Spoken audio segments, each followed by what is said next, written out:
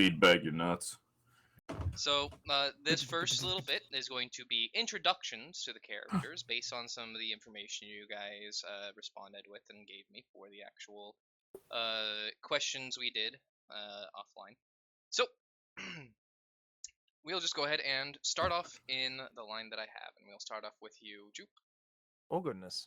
So, if you want to go ahead and quickly just give us name, background, and role. Just like the actual character sheet stats, like Yeah. straight up stuff. Okay, gotcha. My character's name is Arit, which is she is named after the Greek philosophy of the same name, striving for excellence. Her homeworld is a research station. Her background is Adeptus Sororitas, and her role is that of the Sage. All right. Rit, you rise out of bed, awake again and ready to continue your task. You are met by the beautiful beeps and whirs of machine, their white noise the same as what lulls you to sleep every night. They are constant companions here. The white noise, buzz, a welcome background to the work you do every day.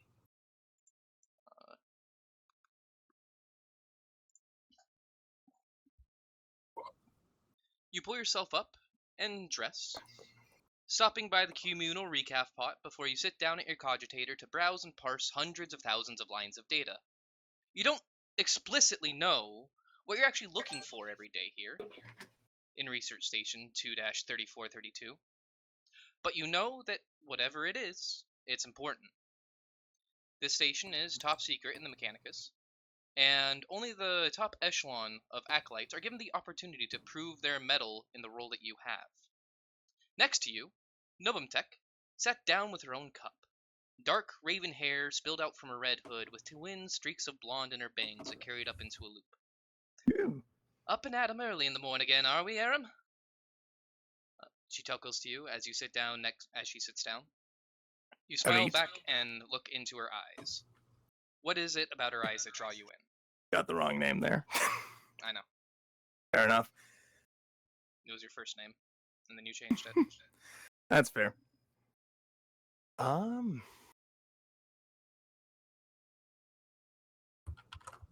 Even this early in the morning, there's always a playful glimmer to her eyes. Something that tells me that there's a little bit beyond the intelligence she coyly demonstrates in her every action.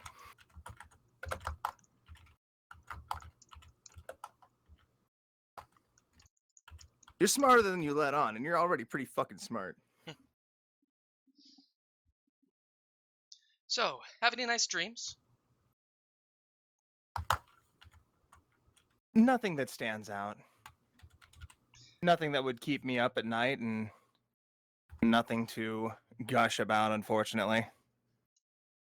Sad. I'm much the same, unfortunately. It seems that the droll sounds of the area around us kind of suffocate any possible dreams we may have. I just had the same one of a ticking clock.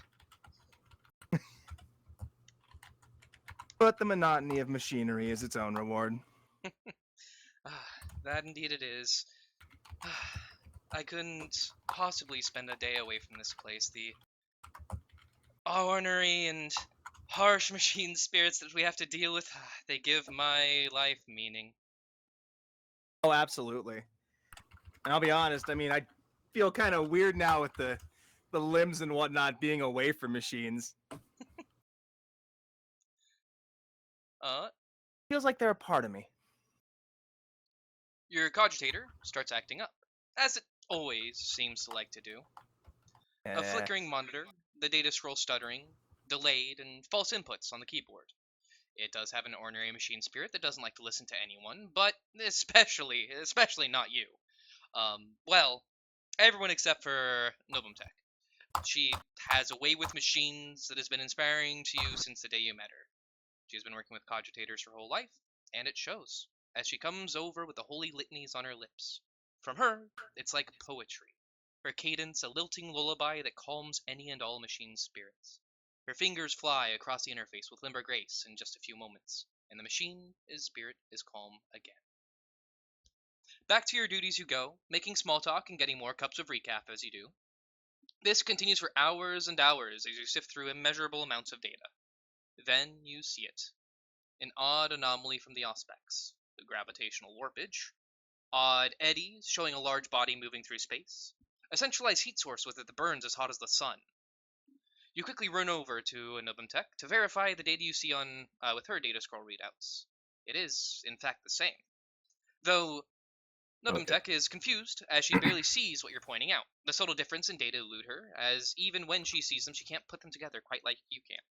Whereas her abilities are with machines, yours are with quick learning and data. You quickly collate this and forward it to your superiors, and it only takes a few hours, but you are called up into Majos Careless's office. What Woohoo. is your relationship with your Majos? And the Majos, again, is the leader of this organization or this particular sect? He would effectively be your superior. He would not be the leader, but your superior, direct. He has known me for being a little clumsy around stuff, so he's probably been agitated by some of the shit I've done. But I keep claiming that's me trying to get used to the new body mods. I may be all thumbs. Uh, Otherwise, he sees the promise in me, but is just kind of sitting there wondering how long until that promise comes out and how much more it will cost.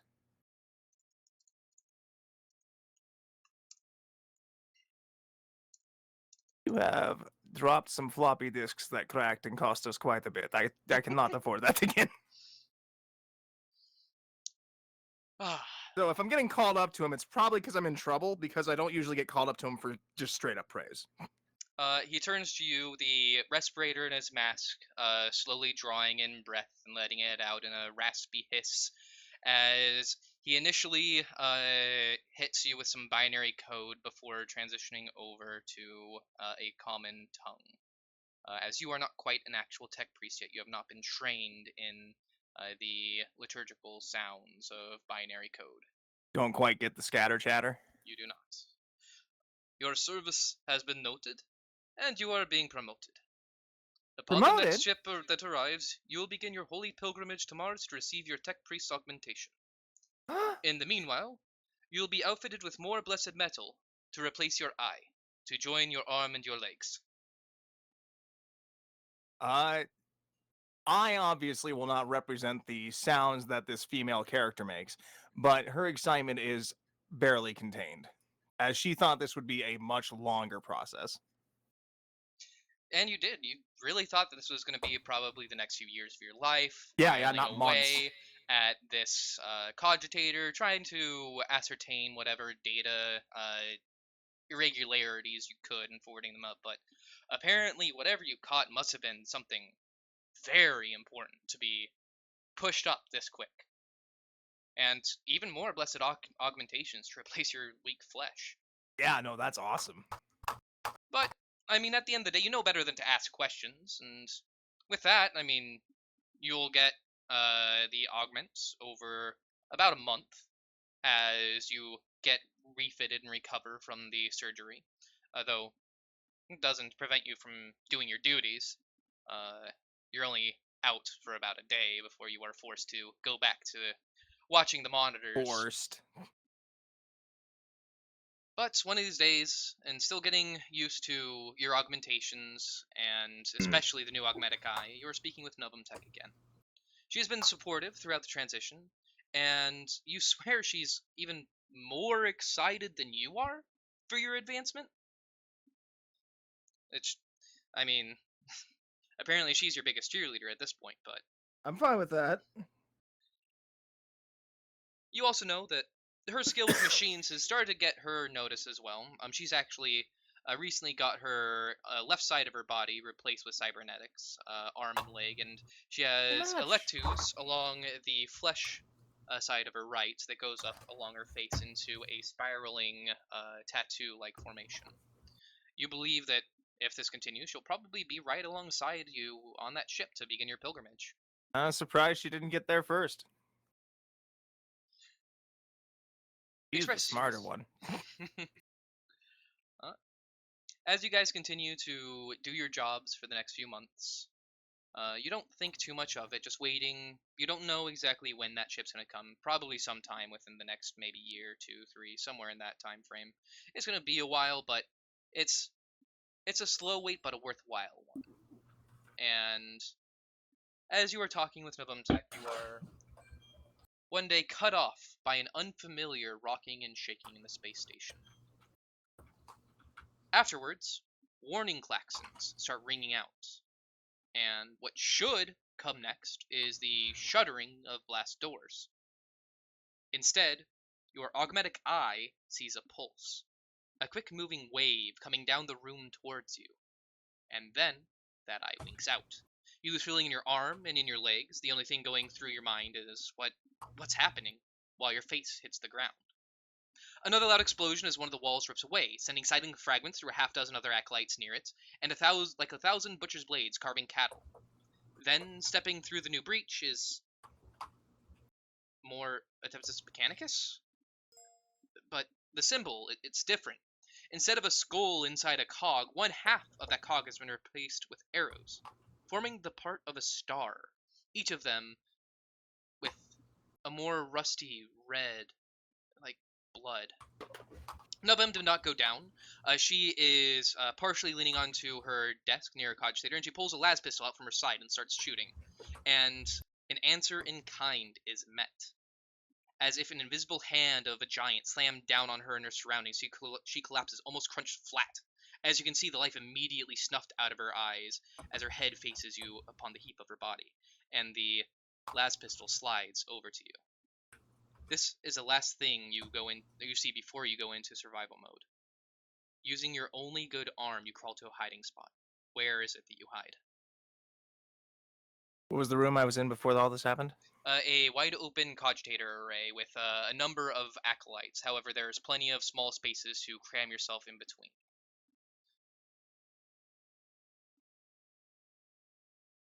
In between two of the machines that would be central components to running the whole device. All right. You just, Wedging without myself thinking, in there. grab the las pistol and putting it into your Mouth at waistband. that point. You crawl over and start to squeeze yourself in between two of the large cogitators' towers that are used for compiling and running the data and ensuring that they have enough, they have enough RAM to continue their processes. You squeeze in and hold your breath, barely able to move. As you sit there, breathing, constrained by this tight space, you watch in horror as many, many acolytes are cut down to these members of some faction of the Adeptus Mechanicus. Though you don't remember much, as it wasn't long before the trauma and the odd sensations going through your body, and especially through where you should feel your cybernetics, causes you to pass out. You wake up a while later, a comfortable bed underneath you, nurses all around. They speak to a man who you can't quite see. You don't remember how you got here. In the haze of survival, the numbness of shock, you remember eventually crawling your way to the bridge and slowly and painstakingly using your flesh and blood arm to send out an SOS. You remember a presence similar to the one who was speaking with the nurses, though different, as you were dragged onto a ship. Then, you only remember the occasional flashes of a ship's room before you woke up here. All of the nurses here are dressed in nun gownery. Each has a veil over the top of their face that looks like a sun coming over their horizon. Beautiful oranges, purples, blues, reds, and all. What catches your eye most, however, is that not a single one of them seems to be augmented with cybernetics. Almost everyone you've known has had something at least small, but these nuns look... You can't find a word to put on it other than maybe pure? And you realize that your cybernetic eye is functioning, and that's what you're looking at them through, and it just feels wrong to look at them through it. You lift your arm or your arm is currently what's lifting you from bed, propping you up, and you just feel that it's not flesh, it's just cold metal attached to your body. You cannot actually feel the fabric with your legs or your feet, for they are just soulless metal husks. All of this worthless metal that has substituted your flesh that failed you when you needed it the most, it brings disgust into you. What outburst emerges when you happen upon the realization of this disgust and self-loathing? How does this first time feeling manifest?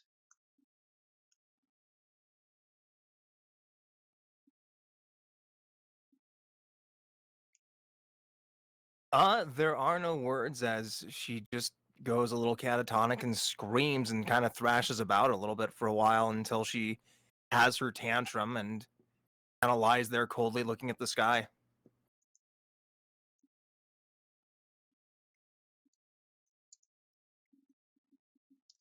As you start to scream and thrash out, the anger and overwhelming hatred that is building up in you starting to burst and boil out of your body, a number of the nunnery of this place come back over to you and start to restrain you slightly and inject something into a small piece of corded plastic that is in your arm, and you feel yourself becoming subdued, and slowly you start to go back and slip back into rest.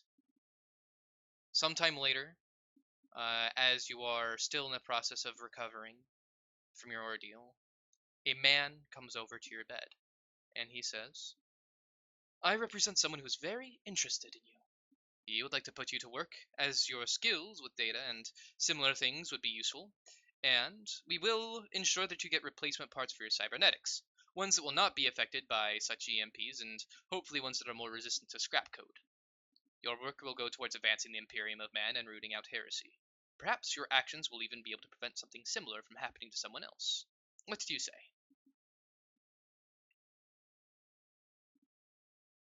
Usually, when someone comes up with a deal like that that's too good to be true, there's a catch. What's the catch? There is no catch. You will be serving the Imperium, and as you always have done, be doing so in a way that is the most beneficial. However, you will be doing it in a more secretive manner than you are likely used to be doing. And I'll be whole again? Sure? What do you mean? I'll be person again. We can Fully replace human. your cybernetics, yes. Done.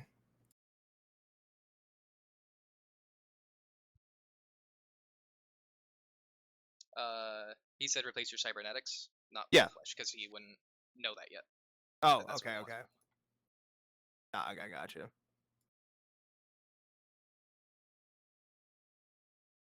So you will inform him that you would wish to replace your cybernetics with flesh instead of metal.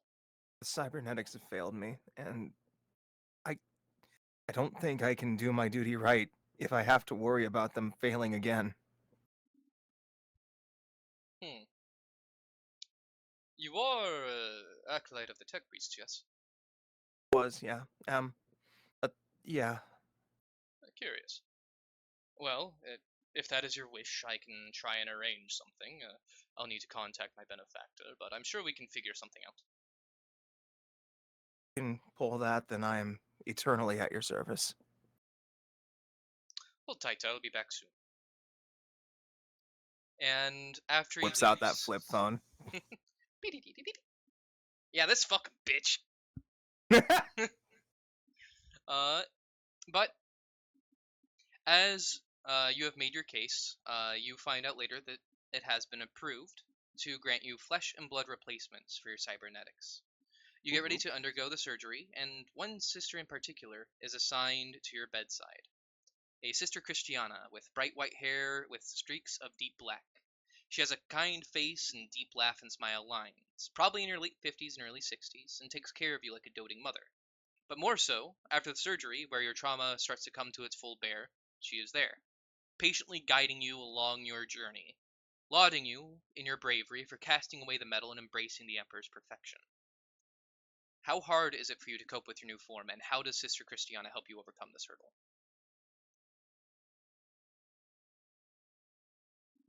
It's incredibly hard for me to get used to the new form. Even though I should be perfectly adept at, using legs and arm again, it is learning how to walk and it is frustrating. It is agitating, it is upsetting, and I am not one to let my frustration just simmer. I am very vocal about it the whole time, and she is there every step of the way to ensure that not only do I not lose my grip on myself, but that I am able to stand upright and am able to push through it and am able to get the most out of these limbs. And without her help, I would not be doing the things I am currently capable of doing, such as running, albeit clumsily, or, folding origami or any of these other weird little things that I took for granted. Sister Christiana has been extremely helpful in your recovery, overcoming the pains of physical therapy and trying to sort out your trauma. You end up often even helping the sisters with their tasks, picking up things that they do to bring comfort to the people they take care of, taking surprisingly quickly to the arts of medicine. It is here that you learn the basics of being a neophyte of the Sisters Hospitaller. But after only about a year and a half to 2 years, a familiar figure comes knocking. The one who offered you your current life in exchange for a duty when you recovered. It seems that duty has come knocking. After a few weeks' worth of travel, you arrive at Scintilla. Your station, for now, is in Hive Sibelius. You are to lay relatively low until you are contacted again. In the meanwhile, you are given a home and enough of a sum to live in moderate means. While here, you have been watching the comings and goings of the laymen in the Hive. It's an interesting experience because you can see the many similarities with the experiences that you had and those people are having, but it's still oddly disconnected. Maybe it's because you don't understand their goals and you can't quite empathize with their struggles as much as you'd like, but you feel that immersing yourself in this culture will eventually bring about something good for that understanding. And so while you are here, you make a conscious effort to socialize. It is while doing this that you have met a few people who bring joy and experience to your days. A young lad, maybe no older than 12, though you don't know for sure his actual age.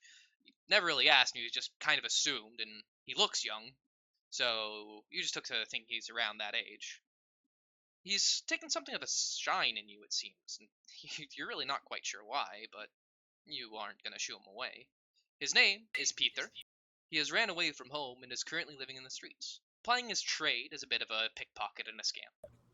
You were actually one of his targets at first, having lost a small amount of gout to the boy when he plied a magic trick to keep your eyes on one of his hands while he slipped the other hand into your pocket. Unfortunately for him, he did not notice the mismatching lengths of your arms, and it was a little bit longer than he thought, and it ended up bumping into his hand while he was searching your pockets. Instead of the normal chase that would typically ensue, you handed him a small portion of your money and sat down to chat with him over a meal you paid for. Finding a lot to enjoy in the young boy, you spoke with him on the daily until he introduced you to someone who would help you with a recent infatuation you've started to have. A late middle-aged woman who introduced herself as Sarah Winchester. Claiming to be an heir to a famous company on Holy Terra, she was forced out by a cutthroat family member and now lives homelessly here on Scintilla. But she has surprised you, being a notably good gunsmith, and has been helping you learn more about the process. Recently, she has been talking about seeing what she can source from Gunmetal City, which brings a little bit of a little kink to your ear. Just by the name, you kind of want to visit that Gunmetal place. City. It was not long after this, though, when you're starting to learn more about that place, that you get the call. You are to come to an administratum building in the mid district, and so you set off.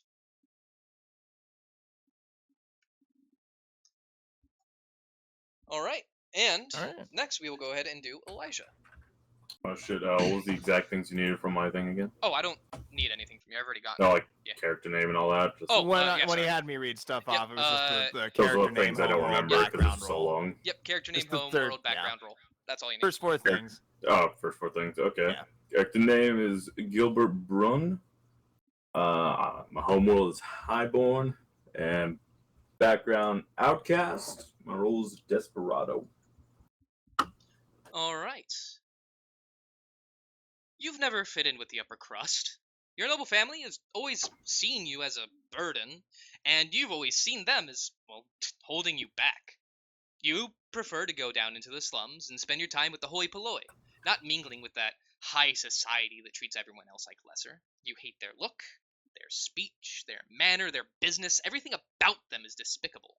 But the most despicable thing of it all is their hypocrisy. They talk about how below them the masses are, how stinking people stoop to the lowest of the low to gain even a scrap of what the nobles have, how they claw and beg their way through life. Yet, these same nobles will murder, steal, betray, and blackmail their way to what they desire as well. They just hide it behind an air of politeness. At least the common man doesn't do that. You prefer people to wear their evil on their collar. So, when you find out your family spells information on where to ply the cold trade, well, you realize that you could use some connection to do what you've always wanted. Did you leave your family loudly, cursing each and every one of them, or did you just disappear, leaving They were without not saying worth my anything? time. I just left without saying anything.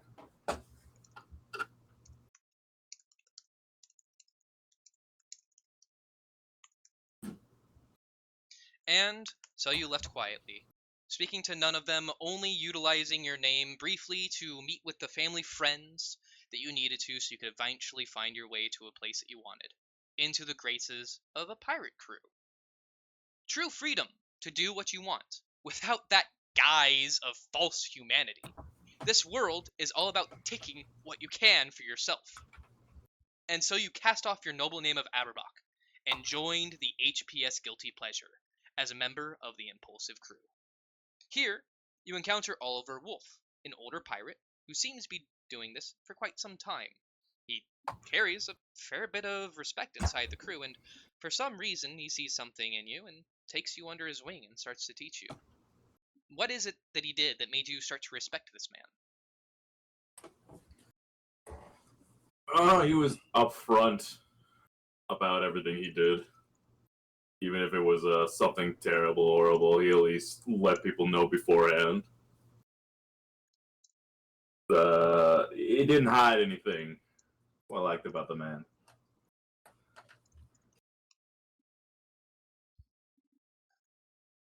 And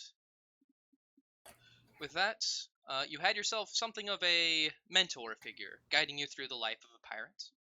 And you joined this crew on many adventures. With it, peril, and also much revelry, high quality Amasec, Obscura, Slot, Spook, Low Sticks. You name it, you had it here. It wasn't to say it was an easy life, it sure as hell wasn't. It was filled with strife and combat, both internal and external. There was never a point where you could truly be safe from a knife in your back, as the truth about a pirate crew is that everyone is out for themselves at the end of the day. Nonetheless, outside of the occasional issues that arose, during which your new mentor Oliver had your back, you continued to show promise as one of the crew, and started to even make a name for yourself. How did you make a name for yourself? What were you known for in this crew? Being the first to charge in.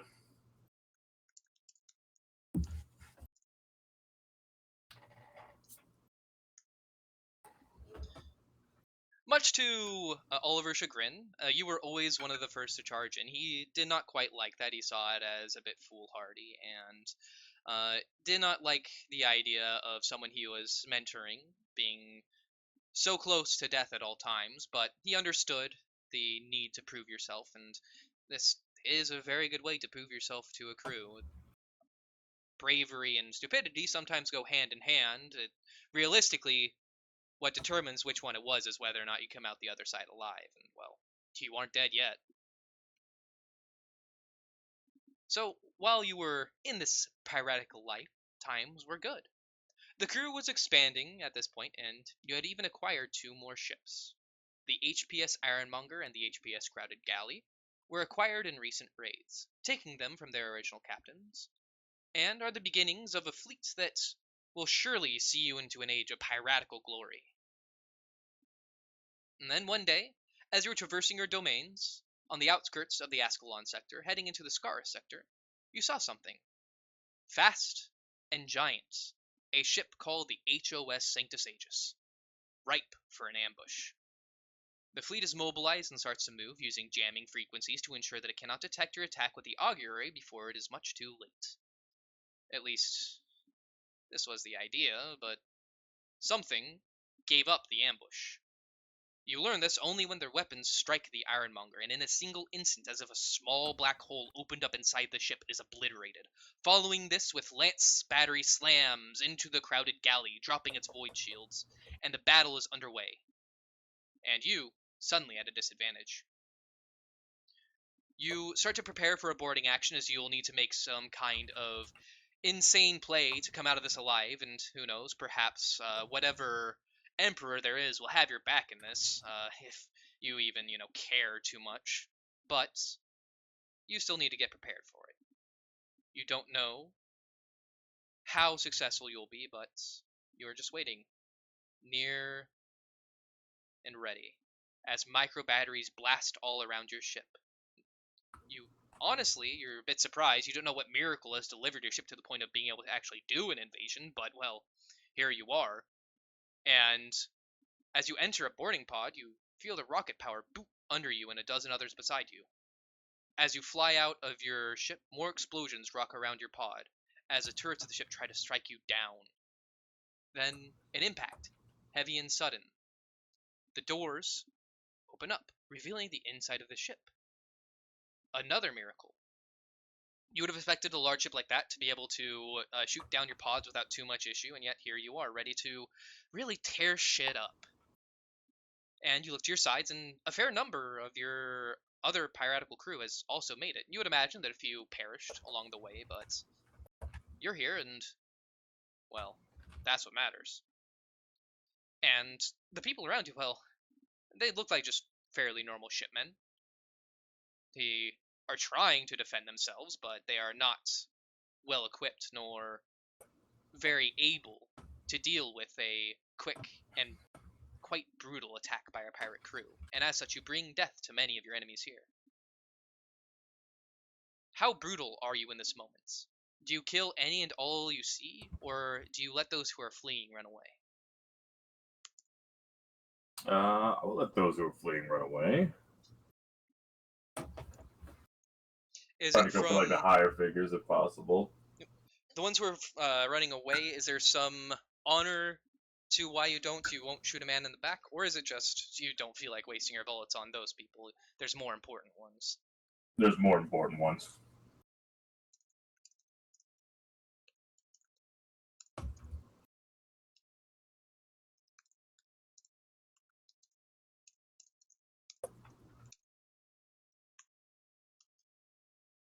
As you and your pirates continue through this, you take a somewhat of a leadership role, cutting swaths through this place. Even the actual defenders seemingly barely even posing a problem to the immediate brutality that the impulsive crew brings. And this continues until someone comes. You feel him before you see him, as he is just an undeniable presence. And with that presence comes well-placed shots into the heads of your allies. That man shows himself, power sword in hand, and starts to cleave through members of your group as you are just feeling this odd churning in your stomach. And as you look around, you notice, almost in a moment, as if you were pulled out and then thrust back in, all of the pirates around you are dead. And he's in front of you. You drop to your knees, you drop your weapon, you plead for your life. And his blade stops by your throat. Its power field thrums, waiting to abrade away the flesh of your neck. Cast away your wickedness, and recall the glory of servitude in the name of the Emperor. Come back into the fold, and live up to the name that you used to hold. Then I will spare your life, and make sure you remember what it means to be a part of the Imperium. I will show you that there are things out there that all of us need to stand together against instead of divided. How do you respond in this moment? Of course. I can't believe I got so lost. Thank you for the second chance.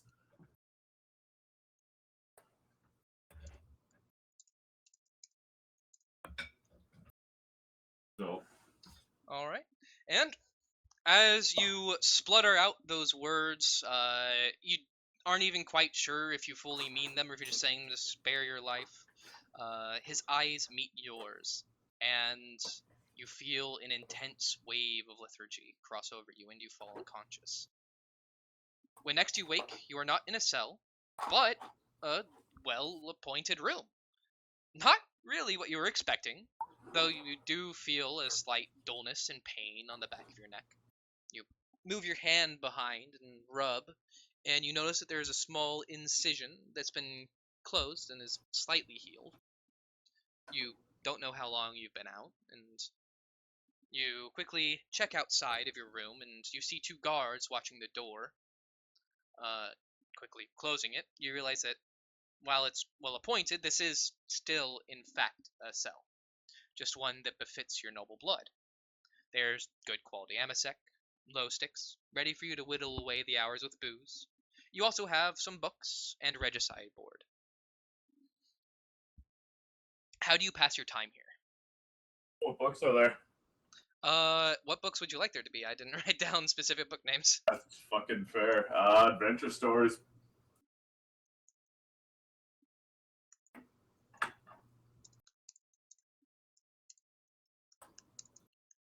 All right, The you pass the Mariachi time. Boys. You pass the time by reading some adventure books, and eventually you get a call from your captor, where he asks you to come to an office. The two guards are already waiting at your door. No manacles or anything similar, ready to keep you restrained. They just have a gun, but it isn't even lifted up at you. They just have it in a readied position, but that's about it. I mean, yeah, that, you They- usually walk. Go ahead. I'm assuming I know where it is. Are they? They're Escort going me. to, yeah, they're gonna escort you and lead you. Oh, let's go then. All right, they nod, and one goes in front as the other one stays behind, and you eventually come up to a room not too far away. Entering it, you see the man you saw previously. His presence still notable, but a lot less oppressive than it was before, as if his mere ability to force himself or force his presence onto somebody changes depending on the situation. You've never quite experienced something like it, and it's just odd. He tells you, you have an explosive, small but strong enough to sever your brainstem in the back of your neck. I'll touch it again, like, oh. You definitely feel incisions. Not big, but as you push in, you do feel just this tiny little lump at the base Feel a of your click. brainstem. Oh! Oh! And that's your character. No. I am Inquisitor Silas Hoshiar. I have heard of your exploits, and I have specifically kept you alive through your assaults. I knew which drop pod you were on, I knew which ship you were on, and I did not wish you to die. And you don't know how he knew, but he did. It starts to put things into perspective. Why was your ship the only one to get through when the other two were destroyed in the first few volleys of the fight? Why was your drop pod so unscathed when you would imagine that quite a few others were destroyed upon entry? I mean, I would have assumed luck at the moment, but yeah. And yet here he is, just Uh-huh. straight up telling you that he was saving you specifically. I am giving you a chance to live a repentant life in the Emperor's name. Know that inside your neck is that explosive that will go off if certain prerequisites are not met. From here on, you will be working with the Inquisition, tackling the worst the Imperium has to offer, and the enemies that try to destroy us from within. Perhaps with this experience you will be able to see the universe for what it is. One where humanity must stand together against the darkness to ensure our survival. One where we don't predate on our own forces for self-glorification. Understand that if you prove yourself, I will remove this collar, for lack of a better term. While you are on mission, you will report to a handler that will send an encoded signal, which will extend the duration before it explodes. This is to ensure you have a modicum of free agency. If you do not speak with this person, however, after 1 week, it will detonate. Got it. Weekly checkup with the parents. Something like that, yes. Hmm. Just know that your noble blood and a bird in my ear that told me that you have some notable skills with a gun are the only reasons that I have kept you alive. See to it that this is not a mistake, because your life is the one hanging in the balance. In the meanwhile, I will be stationing you in Scintilla, in a hive called Sibelius. Here, you will mate until I have a mission for you. That is all. Ooh. Effective immediately. He just nods, gives you a hand wave. Are those books in the cell free to take? Or Yes, if you so wish, you may have them. all right. Well, I'll pack my belongings and then. And you do. You pack your belongings along with some of the amasec and the Everything that could lucets. fit in my bag from that cell. And you get ready to board a shuttle to Scintilla from the ship you are on. While waiting, or while going to Scintilla, you have some time to wait. And while waiting for the message, you try to search for someone in the lower hive that can try and remove this bomb for you. Hey, you guys know any back alley surgeons? But like good back alley surgeons. Eventually, you do find someone who is Good? willing No. to try a surgery. He is a kind of svelte figure. He does not really give much confidence in his looks, but he says he's willing to try. So, you have a bomb in your neck, huh? Yeah. Well, far be it from me to ask many questions. You have money, yes.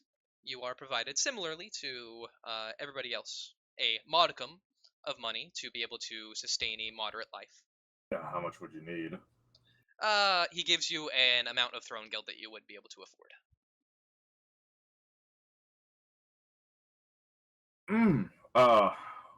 What's your take on loans? Would be able to. Okay. Okay. I'll come back. I'm gonna go actually just look around to see if I can find a better deal. You won't find a better deal. I assure you that.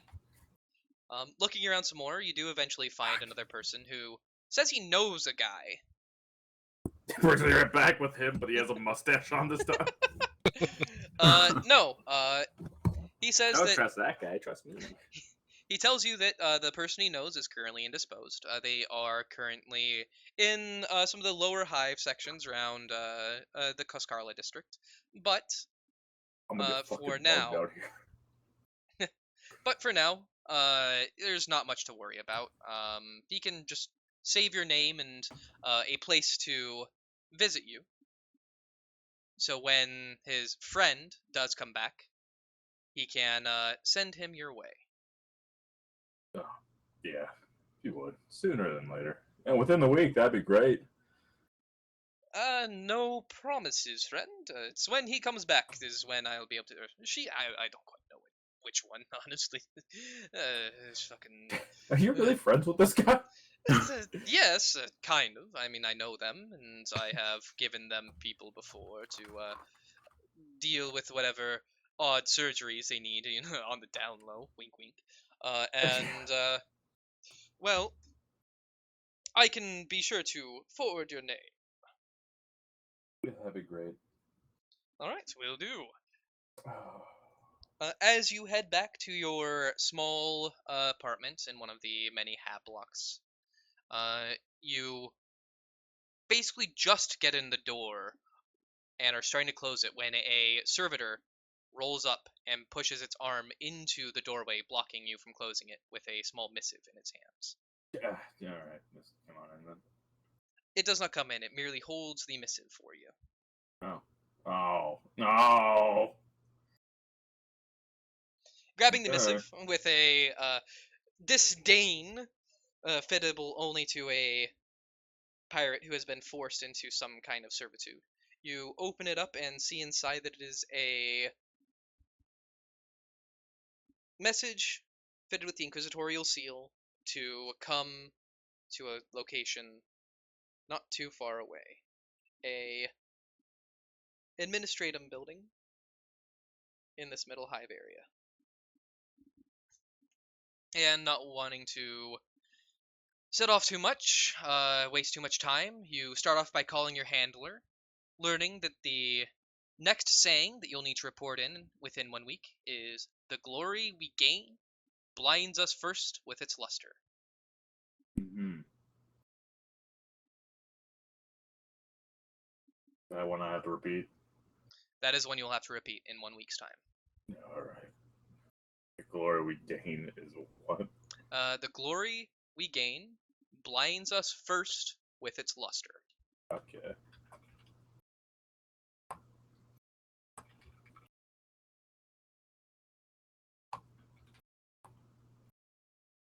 Alright. And with that, you are off to that building. And we will move on to you, Joe.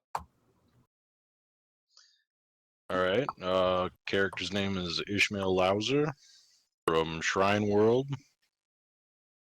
Background was Imperial Navy, and role is Crusader. Alright. Ishmael, you are a part of a long line of naval officers. With your father being on an important secret mission, you aren't sure where he went, but he did command the ship, the AMS Cometbringer, that much you know. Your line has been working in the Navis Imperialis for hundreds of years, and your line has had many such commanders. Hell, even your grandpa commanded a fleet. You aren't the most well-known family outside of your segmentum, but with the last few members of your family, that reach has been extending. And if you have anything to say about it, you'll be the one to bring your family to true nobility through service. Your family's motto is, "Only in death does my duty end, and I'm still breathing." This motto guides you throughout the hardships in your life, reminding you what it is to serve. Recently, you have enrolled in the local Novus Navum Collegium to learn your craft. Here you excel, as have all of your family that have attended, of course. And you were quickly appointed to the role of a security officer aboard the AMS Raptora Seditio. Here, you meet Grigor Vladislavich, someone you come to call a brother, as both of you continually push each other to be the best you can be. This relationship being proven after having to put down a mutiny coming from the lower levels, where the engine room workers were unhappy with the condition and hours they were being forced to deal with. This quickly devolved as a head of security tried to negotiate with them, and was killed for his efforts. While dealing with this, what weakness of yours did Grigor cover? And what was his weakness that you covered? I was far too reckless for my own good, and he was too cautious, so we fit pretty well together. Alright, being able to balance out the two sides of the coin, you set up a plan.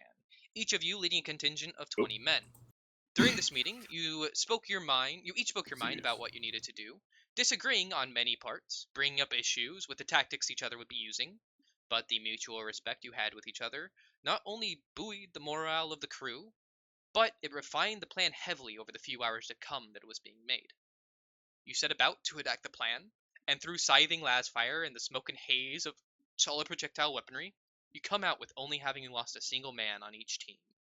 You, personally, put a bullet into the head of the instigator, a man who called himself Boris the Cleaver. He went down without much problem, and afterwards, you found out that your service had actually led you to be promoted. There was a recent vacancy in the head of security, and well, it seems that you have been chosen to fill that vacancy. Grigor quickly established himself as your second. The two of you continue to serve for the next few years with a stellar record, learning how to be able to detect and put down mutinies before they even begin. One day, your ship is given a task. You are to hunt down a renegade vessel that recently emerged from the warp, a vessel known as the HMS Terror Stalker, a Falchion-class frigate that defected from the Cadian naval front during one of the Black Crusades. It has re-emerged, and it is time for it to pay the price of heresy. You are set to repel any boarders, and are prepping your men for what's to come. You give long chase to the craft, and one day, while out in a nebula, that was messing with your auger arrays, you were having to pull double shifts to keep an eye on the close-range radar. It was during this that the enemy slipped through your sight. You, personally, are unsure of what happened. You have taken to believing that the watchmen fell asleep, as so their souls could at least find repentance for the dereliction of duty they did.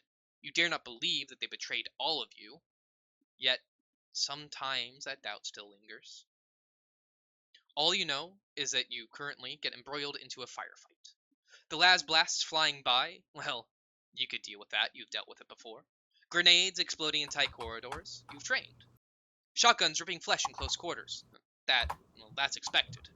The issue is the walls. They're crawling. Like, the walls themselves are moving, forming mouths, eyes, and legs, never staying the same. You were not trained for this. You've heard of similar things happening during a Geller field failure, but you're not in the midst of a warp jump. And you know you're not the only one seeing these things either. Some of your men think they're falling from some unknown height. Some believe they're back home and are lazing about relaxing before their end comes. Some, the unlucky ones, are experiencing some unknowable horror. And you, well, you aren't sure what happens because the wall eats you. The next thing you know, you wake up in a cell. Dozens of others around you, squished into a small space. You don't know where you are or how you got here. However, a cell across the way, you do see Grigor. What is the first thing you yell to him?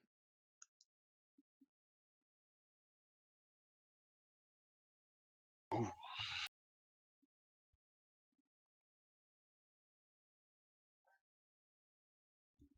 How many are over there? Allies.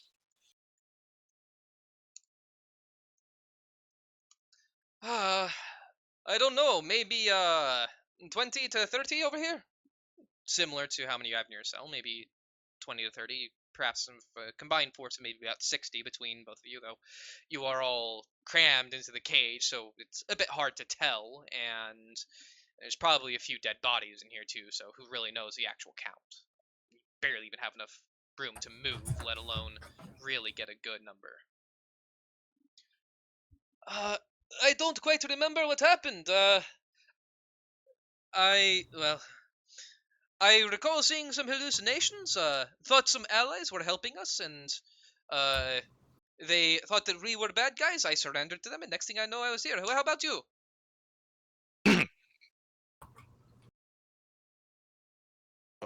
A little ashamed. A wall ate me. I assume more hallucinations. Yes. I wish I could give you more info, but I don't really know what was happening. Do you? No. I'm gonna try to look around, being smushed up against the cage, but You are in what appears to be a brick. There are symbols carved around that you aren't quite sure what they mean, but you see many of them, and they just send shivers up your spine, make your hair stand on end upon looking. But the most important thing is you realize you are not guarded.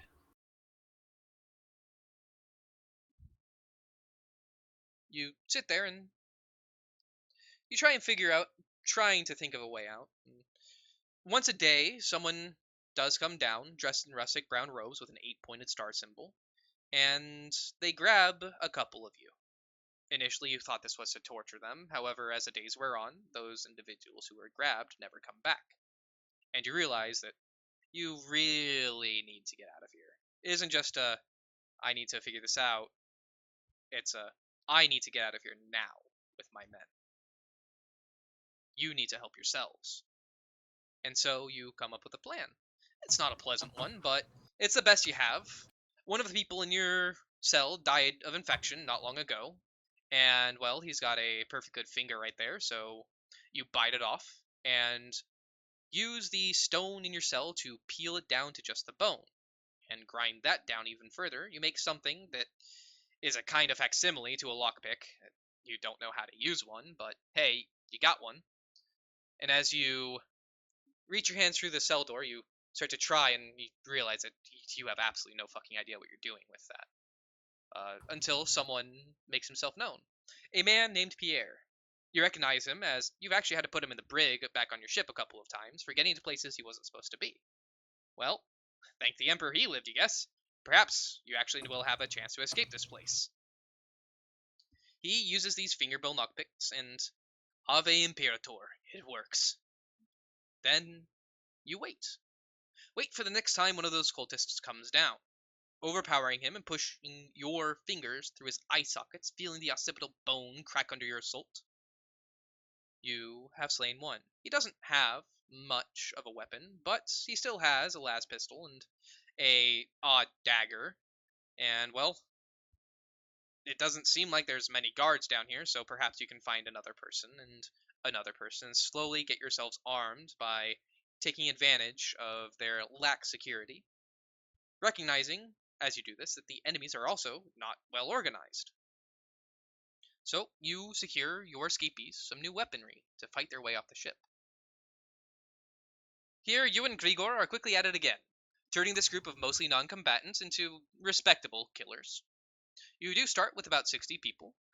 As you're moving through, you do lose many to achieve the goals that you need to escape. Your mission is to secure an exit. Grigor is going to split up and take a small contingent to try and find a cogitator where you can get coordinates of a nearby planet. And who knows, maybe even a charter or something of the ship's planned path and meetups with its allies. You, personally, succeed in your mission, arriving, having lost a large chunk of your men inside of a fairly large port where a number of Thunderhawks are set. And you do get a message through a pilfered microbead and dial in the coordinates to the nav cogitator in a few of the Thunderhawks you'll be able to steal inside of this bay.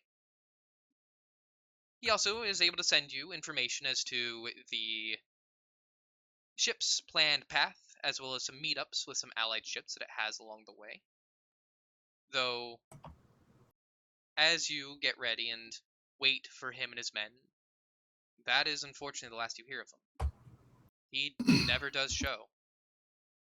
Eventually, realizing that you cannot wait any longer, you and the last of your members fly off, heading for the nearest planet.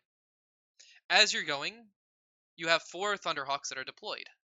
However, the turrets on the ship rend down 2 of them. Only 2 Thunderhawks make it, and it damages yours, making your landing unpleasant. Some shrapnel hit one of your engines, and honestly, you were lucky to make it. But after the crash, you lay there, your head throbbing, and you think about just staying there. You breathe, and you remember.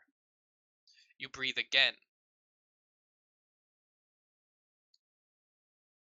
The saying that your family has comes to mind, and you pick yourself up.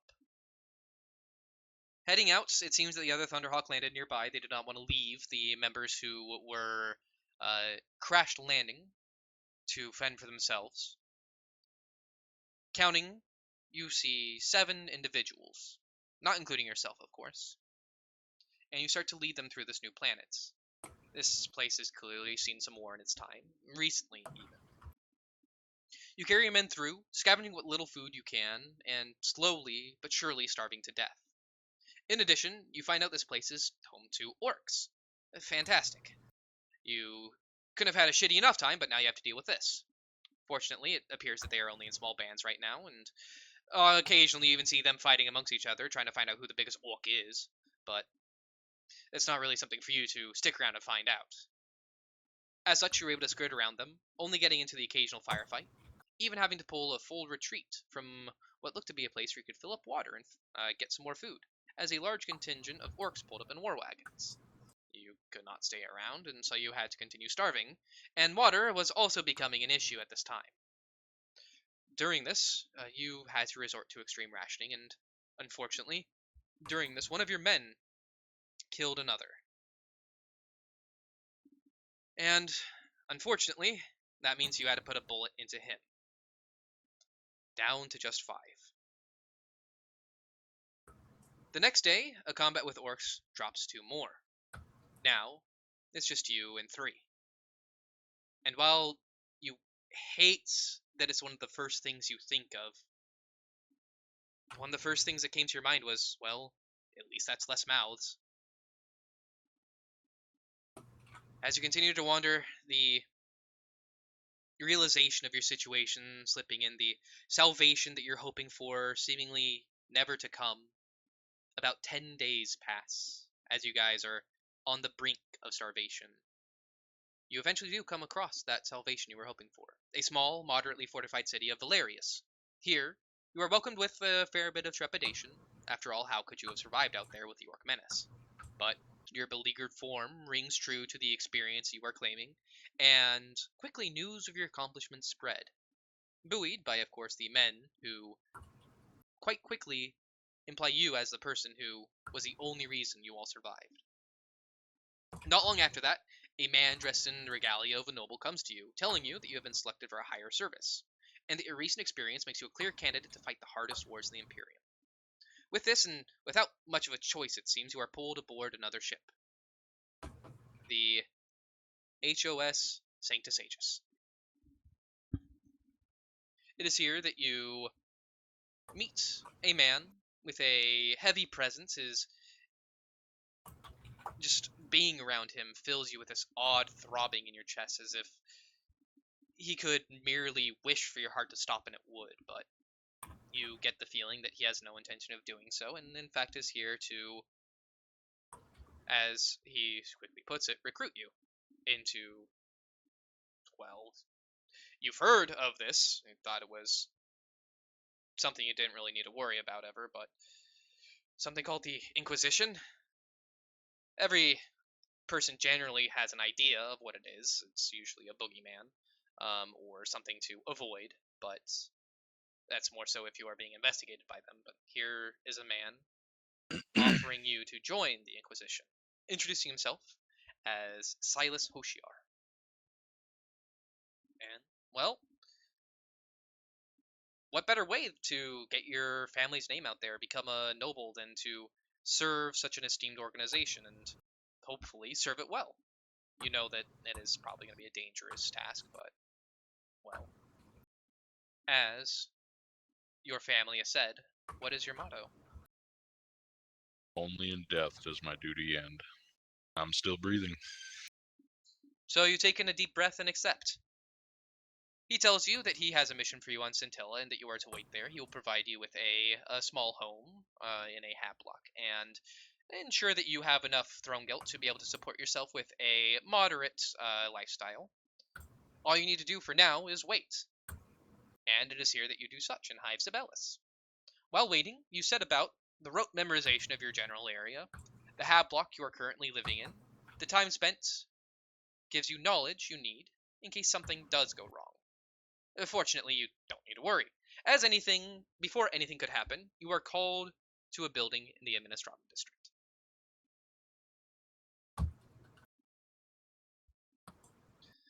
Alright, Jamie, if you want to go ahead and say your character name, your background, homeworld, all that good shit. Alright. Name is Jethro. He's from a frontier world, and he is a member of the Adeptus Arbites. Space cop. Space cop. Space dandy.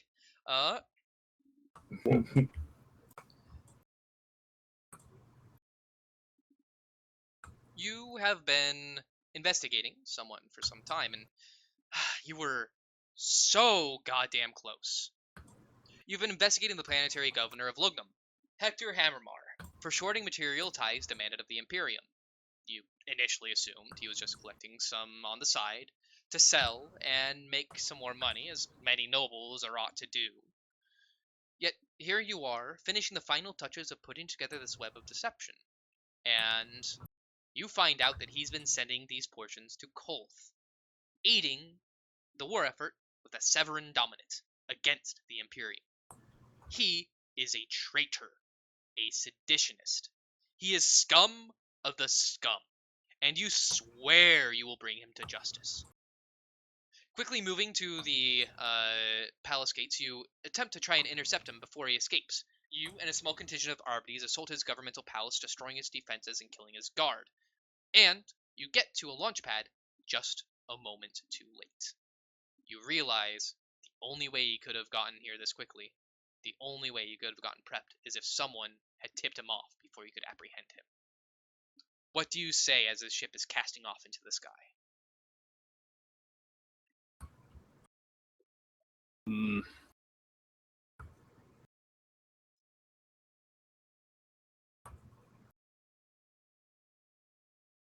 You won't get far.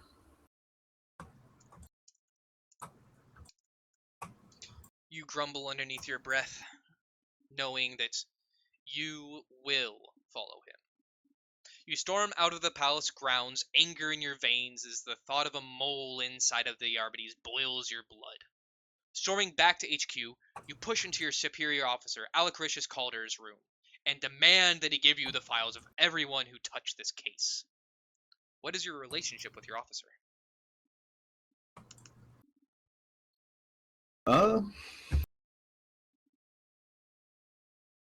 They generally decent, good working relationship. As I get the job done, and we get along as a result.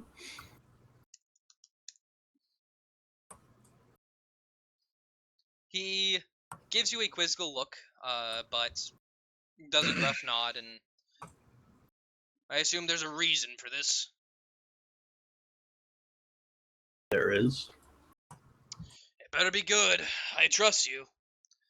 He reaches down and pulls out a small dossier and starts flipping through it. While he is doing so, it is here that you decide the possibility of a mole will need to wait for your scrutinizing eye. A seditionist is attempting to escape, and you must bring them to justice. He tells you that it'll take him a little bit of time to put together a full list of every individual who has touched this case, and you inform him of your suspect, or of the thing you are suspecting, a mole inside of the Adeptus Arbites, and he does his best to assure you that he will do what he can while you are away, as you inform him that you need to chase after the seditionist before he gets too far away. You do not have the time right now to invest into this investigation. So, you make your way to the spaceport, and you look for a suitable ship that you can commandeer, finding a sword-class frigate named the IMS Adamant Premonition. It is used by a mercenary band who sell their services to the highest bidder. Irritating, you'll have to associate with such vultures, but a necessary evil, and you know that they will adhere to your declaration that you are going to be commandeering their ship, or they will not be allowed to port here again. Even mercenaries must abide by the law of the Adeptus Arbites while they are in Imperial space. So, you use your data slate to look into its charter and find its captain, a man who goes by the name of Timber Adelheid, and he leads the Carrion Corsairs. It seems, according to the notes, that he has a well-known haunt, a Amsec bar close to the port called the Festooned Friar, where he's likely to be found. Heading there, you try and find this man, and entering the bar, it's fairly easy. Casting your gaze across the den of drunkards, you find it quite simple to pick out a man who has clearly seen much combat in his time. Even in his hours of relaxation, his body sits with corded muscle ready to spring into action. He is drinking a glass of Amasec with a slight-looking man who initially bears no notice. Immediately storming over, you catch him by surprise, and you can tell his hand is already on his weapon, while the man next to him just curiously looks at you. What do you say to impose your authority upon this man?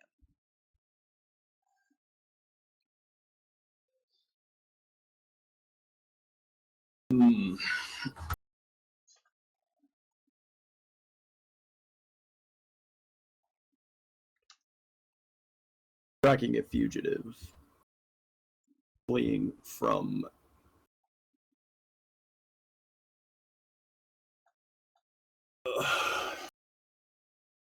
sorry, I'm still looking up.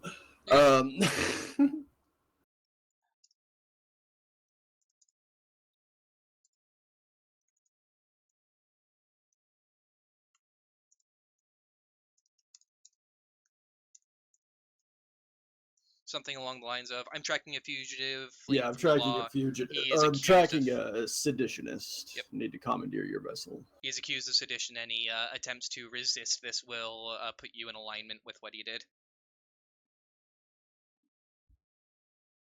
You All right. will be held accountable for his crimes.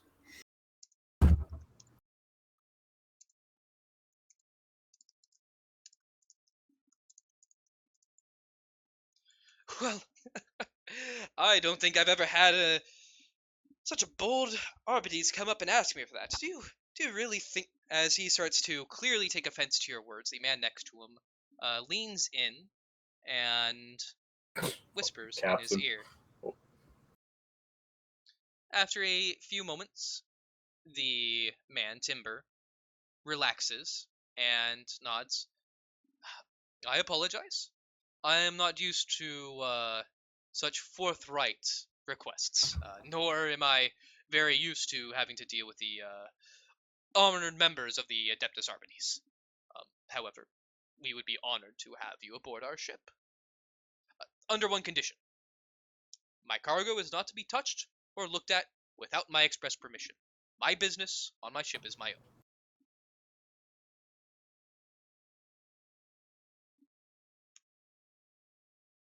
Accepting this deal, as there is not much of an other option, the frigate being the only one that would be able to take you across long distances of space. You demand the voyage starts immediately, which causes the captain to sigh and polish off his drink. Your gaze lingers on the slight man, who gives you a grin and a nod as he too stands. He comes up to you and holds out his hand, introducing himself as Fish, and says it's a pleasure to make your acquaintance.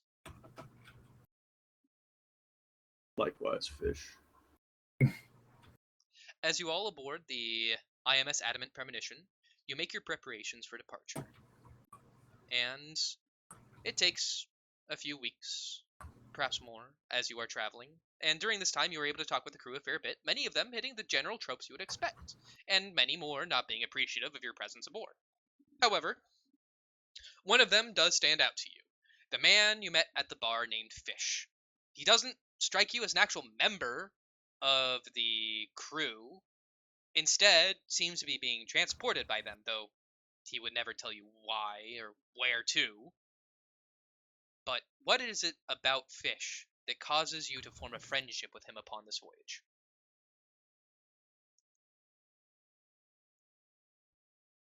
At him seemingly not being a part of the crew and what they're involved in, he was somebody that at least could be talked to and not just be assumed to be a lowly mercenary.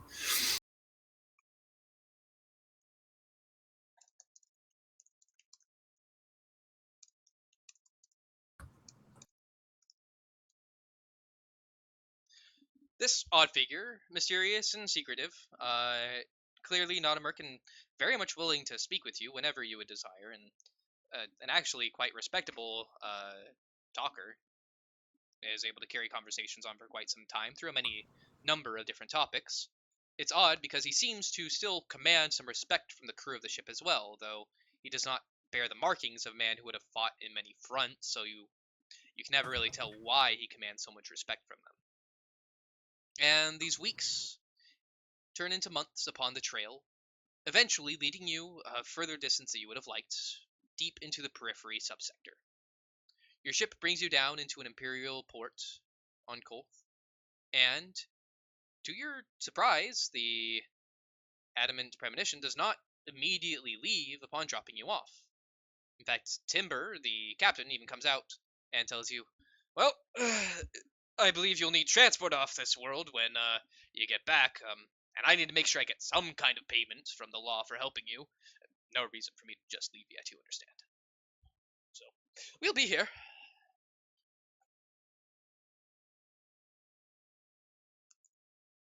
I will find you when I'm done. Well, I haven't been here before. I guess I need to find a good haunt. And he will walk off trying to find a nice Amasek Bar. You doubt he will be able to do so in such a off-the-beaten-path location that is currently in the process of having a war, but, well, who knows. Setting up from here, it is quite easy, in fact, for a single person to move through this war-torn world. You know how to grease the right palms, break the right heads, and you really don't like it, but you do cover your emblems with mud and dirt and other detritus. And you are able to maneuver yourself into a city underneath dominant control, with your carapace armor sufficiently dirty and covered so as to not draw attention. It is during this time that you're able to catch a nice word. It seems that being in this safe location, Hector has dropped his guard, and you're able to catch a word of a small party he is having with his closest friends. Taking some time to stake out the location, you slowly create a plan. You learn of the supplier they are going to be getting drugs from, and convince him to alter and poison the substances. In addition, you manage to acquire some explosives that you can set off when you start your wet work. And after but a few days, your plan is able to be set into action. It is a quick slaughter covered by sabotage in a building not far away that draws forces and allows you to operate with impunity for a short amount of time. In this time frame, you kill him and all of his cronies, as they were high on multitudes of different drugs, a few already dead from spiked doses, and others having a much worse trip than they expected. All it really requires is a few bullets. And, quite nicely, you take his head. Quickly extricating yourself from this area before it becomes an issue, it only takes you a few days before you are back in the Imperial-controlled area. Going to the same ports, the IMS Adamant Premonition is a waiting chariot to carry you home. During your return trip, how much do you tell the mercenaries and fish of your exploits? The mercenaries, none. Fish, I'd give like the general gist of what happened, but I wouldn't go into like excruciating detail. As always, he is a attentive listener, nodding along and smiling at many of your antics to manage what you did. And it actually makes the trip go by pretty quick. Not having to actually chase someone and being able to use the most efficient warp paths, of course, really helps with that, but it only takes a few weeks to get back to Logdom.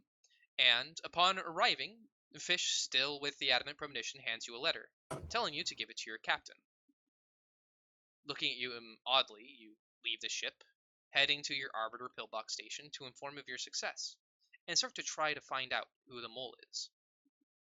Speaking with Alacritius, you hand him the letter and let him know the news. He nods, congratulates you, and is, you can tell, a fair bit impressed by your tenacity to continue and chase him so far. He puts the letter away and starts to tell you that while they haven't been able to find too much regarding the mole quite yet, it'll be good to have your nose to the ground to sniff them out. He will have a dossier put together tomorrow, ready with what they found thus far, and that in the meanwhile, you should relax for the rest of the day. What do you do on your time off to get R&R? There is no time off, only work. Get to work, start like going over notes, whatever, connecting whatever dots I can with what I already have. Okay. Putting your own nose to the grindstone, you quickly set about trying to find any and all information you're able to. There is no such thing as rest for a member of the Arbites, especially not you. And you while away the rest of the day in this process, slowly getting more leads and trying to determine small things that may be able to aid you in this task. And the next day you come back ready for the dossier that your superior officer has put together. He, oddly enough, has a glum mood, a mood you've never really seen him in before. A gloom has fallen over him as he sits with his hands crossed on the dossier. I have the dossier. However, I also have new orders. You will not be with the Arbites any longer. It appears your last escapade has caught the attention of some important people, and you have been called to a higher purpose, to serve the Imperium in the shadows. He sighs and stands up, handing you the dossier, and remarks, I don't know if you'll be able to find anything out where you're going, but this does include your standing orders as well as the information we discussed yesterday. Good luck.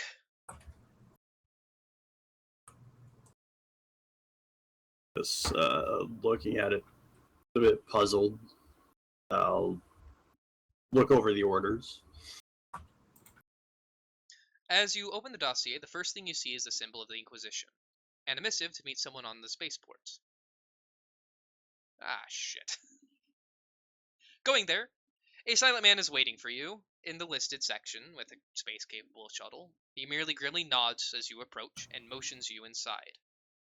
You are quickly taken up to the HOS Sanctus Aegis, and here you are inducted into the Inquisition. Your first mission, you will be stationed on Scintilla. Stationed in Hive Sibelius. You will wait here until further orders are disseminated. While you are here, you send multiple transmissions via astropathic message and pore over your dossier, trying to figure out who the mole is. You start feeling like you might actually be able to start piecing together the first clues with a few of the messages you've gotten back and some of the information you have in the dossier, and eventually this will likely lead you to the mole. But unfortunately, before you can really start to work on this initial breakthrough, you receive a message. A small note given to you by a blank-faced servitor that trundles away after delivery. You are to come to a specific building in the Administratum District to receive your brief.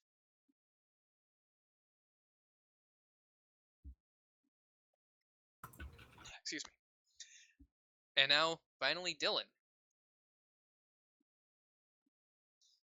If you want to go ahead and say your character's name, background, homeworld, role. Looks like he's hard muted, Sean. Ah, balls. He must have had to go do farm work.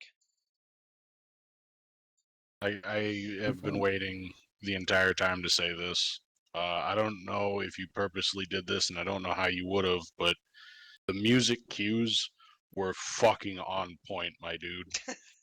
Were they? This Jamie's sitting there fucking running after a criminal, and it's got some 80s fucking and I'm like, fucking get it, dude. Like you just got a divorce, you lost the house, but goddamn it, you're gonna keep this fucking job alive. I should probably unmute my music. Also, like the fucking like that music that you're playing is the exact same fucking music for my like detective podcast that they have in the background all the time. So when I heard that, I was like, "What the fuck?" That I like looked to make sure Spotify wasn't up. Yeah, no, like I was fucking like, oh, like the big major points in everybody's backstory, like it just fucking slapped. I was there. I absolutely felt. I mean, when you went to the Dark Mechanics on mine, the music swapped too. Yeah, no, it was just fucking. I thought it was awesome. intentional. Yeah. I had to like keep looking at the music and be like, wait, did he change it? So it was intentional, is what you're saying. Gotcha. Yeah, totally. Yep, Yeah. 100%. Totally Gotcha. intentional. So, I am still going to go ahead and go through his character stuff since I am recording, so I can, at the very least, if he needs to listen to it or anything, I can, post it eventually. He'll be able to see it. However, for him, his name is Zana. He is from a Pharaoh world. He is she. Trap. She is a Pharaoh world, from a Pharaoh world. She is a mutant, with the role assassin. Alright.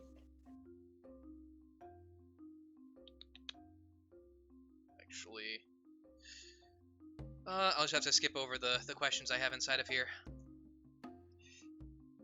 He has been training inside the Cabal. Actually, I'm just gonna wait for him so I can just like do this later. Fair. So, unfortunate timing, but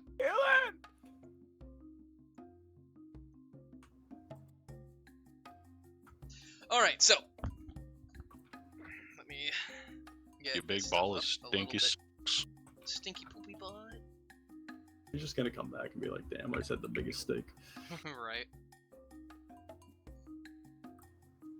I don't know if he's gonna come back in an hour and a half and be like, yeah, so I had to go bail. Yeah, probably. Yeah, that's more likely. Yeah, we know you bailed. You weren't here. I'm tired of this, Grandpa. All right. Entertainment! That's what he said, right?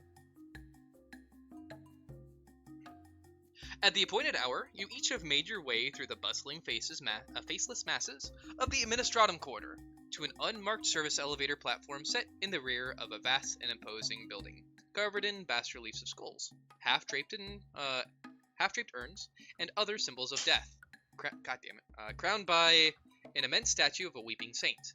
It appears that you are expected.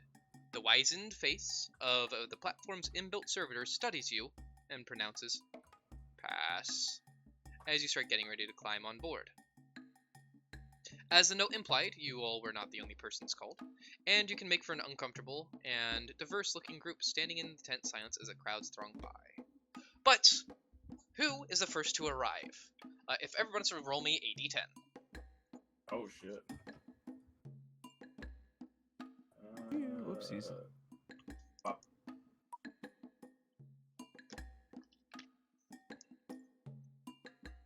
Not it. Elijah and Jupe, if you want to go ahead and roll another d10. Oh, I could just drive at the same time. That's Jupe and Joe. You're talking about the fours. Shit, yeah, sorry, Ishmael. That's Alright. That's Joe. Joe and Jupe. Alright. Alright. 32 arrive at this platform. The first to arrive, you enter into this small elevator section, and Aloha. Oh, hey, Dill. Oh, hey. No, hold on, Sean. Yeah. We'll get back to this. We will. Yeah, run it back. Are you actually there, Dylan? Yeah, sorry, I went to change venue, then I had to get some food. Ah. It was the steak. God Was a damn, steak. you got me. Alright, Dylan. If you want to go ahead and say your character's name, their backstory, or background, their homeworld, and their role. I thought it was gonna be like a 5-minute thing, so I didn't leave a message, and then it's like, oh, food's done. Oops.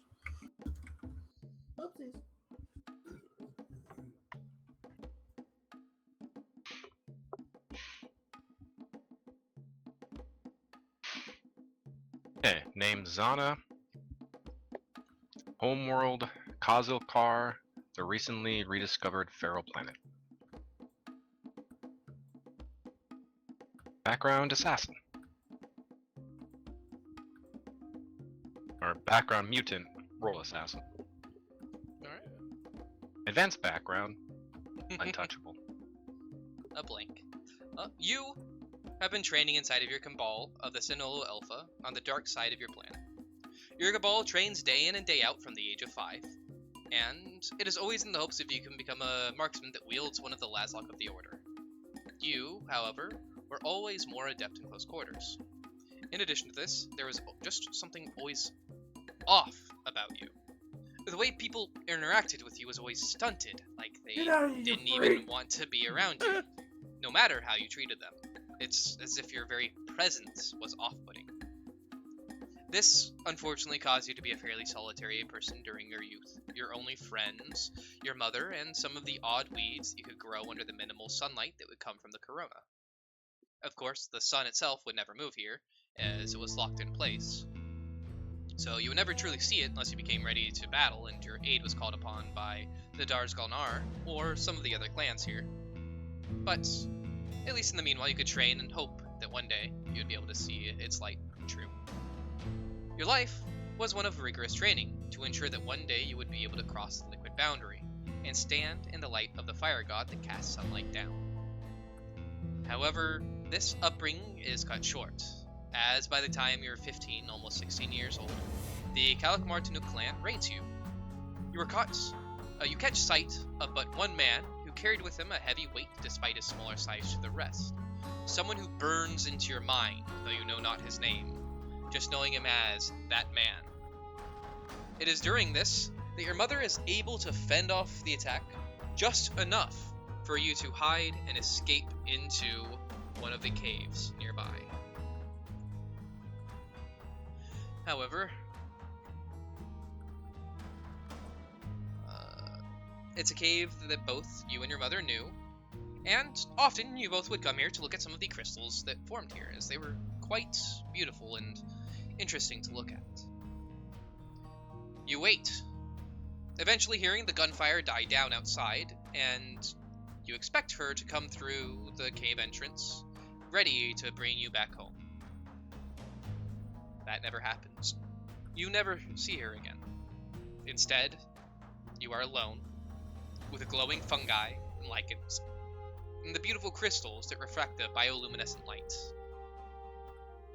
You quite enjoy those crystals. There's not much to enjoy right now, but you find what you can, and you do enjoy those crystals, though the fungi and lichen give the air a stale and moldy earth scent that you never will think you'll ever quite get used to.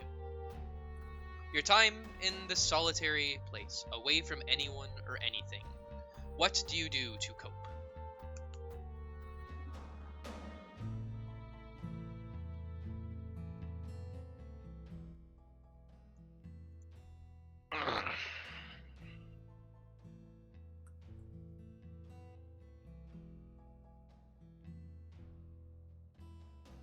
It's a good question. There's nothing to do here. There isn't. Not much, at least. Crystals you could play with. Lichens, and, there's always small bugs and the like. Always the possibility of inventing a imaginary friend. Hello, Mr. Mushroom.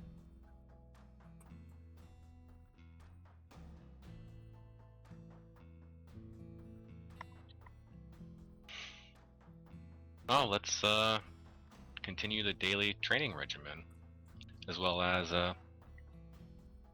explore more of this cave.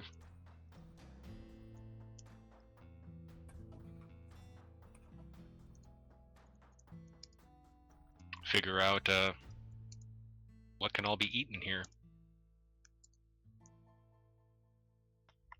Whatever you're brave enough to put in your mouth.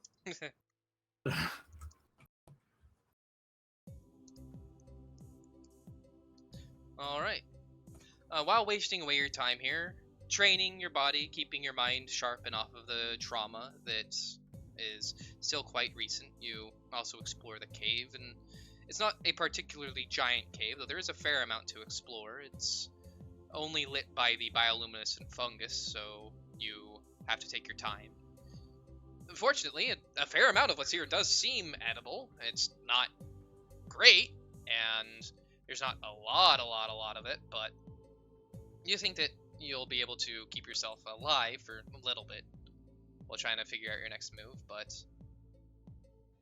it does slowly show that you've been eating nothing but these bugs and this lichen and these mushrooms as you slowly begin to starve, them not providing enough actual nutrients inside of this cave.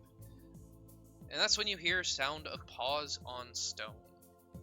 Soft pads and small sounds of something taking in scent, followed by a low, cat-like growl. You keep yourself silent, your breath still, your heart's barely beating, as you recognize the low, shrill sound of a warp howler. These creatures, mostly told as in tales, are rarely seen. It is said that their claws could run through armor as if it were barely there, their bodies able to flit in between the realm of man and god, making them nigh impervious to weaponry.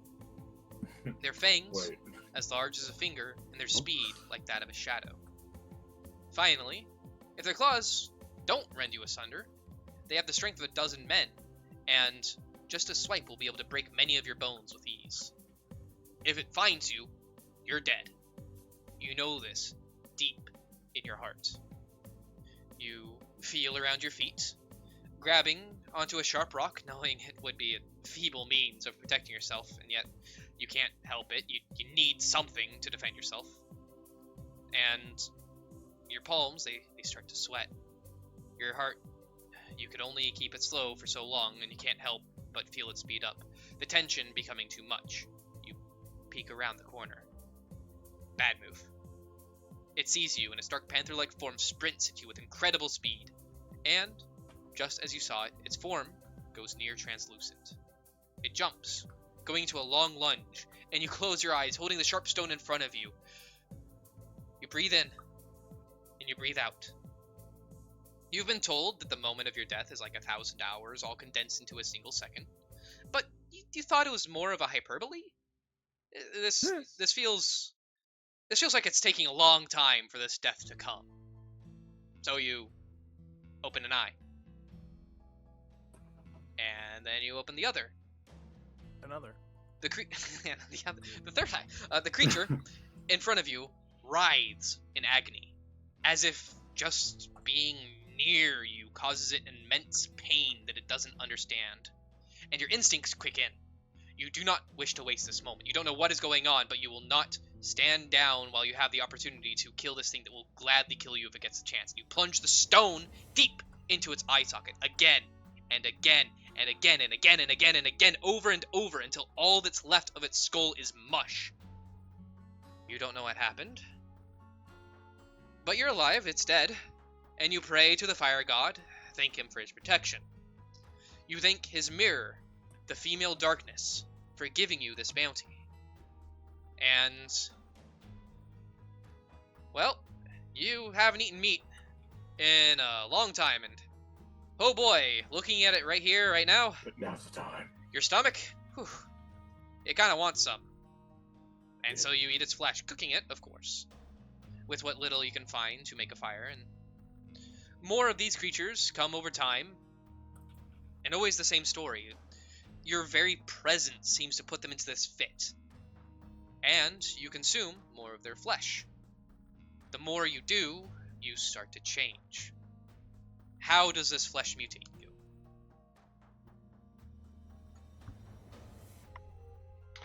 Develop glowing yellow cat-like eyes, enhancing speed and flexibility as well.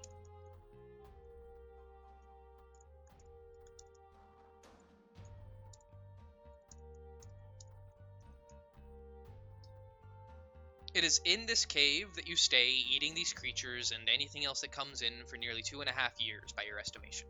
Barely staying alive through the killing of these odd creatures you knew as war powers. The lichens that you are able to slowly eat and ensure that you don't eat too much to deny you the life that you have here. It is during one of these feasts that you hear the approach of something. 2-footed, not the 4 you've grown accustomed to. Heavy and multiple. You brace, ready to hide away and let whatever is coming pass by, attacking only if you need to, until you see him. That's Man. The one who was with you when your clan, or the one who was coming in when your clan was butchered. He is surrounded by a number of odd-looking individuals that bear none of the heraldic clanware you know of the other clans of your area, but that doesn't change anything. It's still him. What do you yell as you spring into action, overcome with rage and emotion?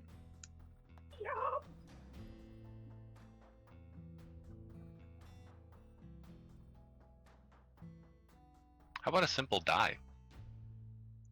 Sheet it! Yeah. Anyways, as you yell the simple phrase, but its very sound being one that echoes the rage that you feel inside, you run in. Each of the members that he came with surround him, raising a staff of some sort, and odd energies beginning to gather. But the increased speed that you have experienced after eating the flesh of the warp howlers allows you to close on them with preternatural quickness. And whatever concentration they had over whatever they were doing breaks. You can see pain in their eyes as you close on them, similar to what you've seen in the warp howlers, though a fair bit less pronounced. But that moment is all you need. You use the daggers crafted from warp howler claws to immediate and deadly effect. Blood and gore ensues in a crimson wave following you, and as you are about to land a final strike upon that man, a boot lands into your side from an assailant that you did not see. The new foe's presence is immeasurable in comparison to that man. Even just being around him throws your senses into whack, as every bone in your body tells you this man will kill you. But the rage you are feeling is too much. The emotions driving you too powerful. he is in your way. You must get past him to exact your revenge.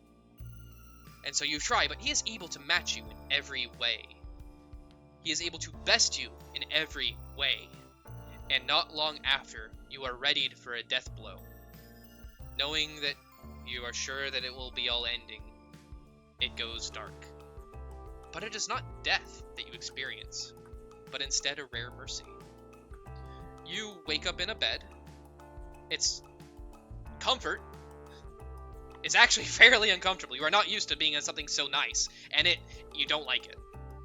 You are used to the stone of your cave, and this is just the light that is above you. In fact, it's blinding. After having only lived by the rare firelights and luminescent fungi, you are unable to fully process what is in front of you for a few moments as your eyes get burnt, and you start to pull and try and cover yourself, but you realize you are restrained.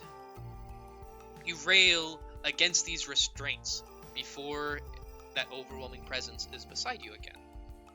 This time, however, it is not the feeling of bewilderment you feel. Instead, oddly, it's almost calming, and his words flow quickly but kindly. Calm, child. No one is here to hurt you. These restraints are only for your own safety in this time. And his hand dances over them as you feel them release. As you are released from your restraints, what is it that stops you from immediately assaulting this man?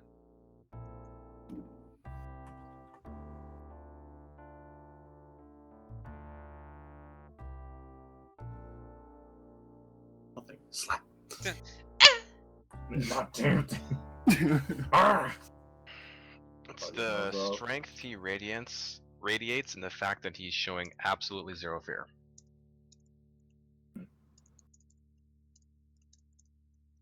Also, zero hostility.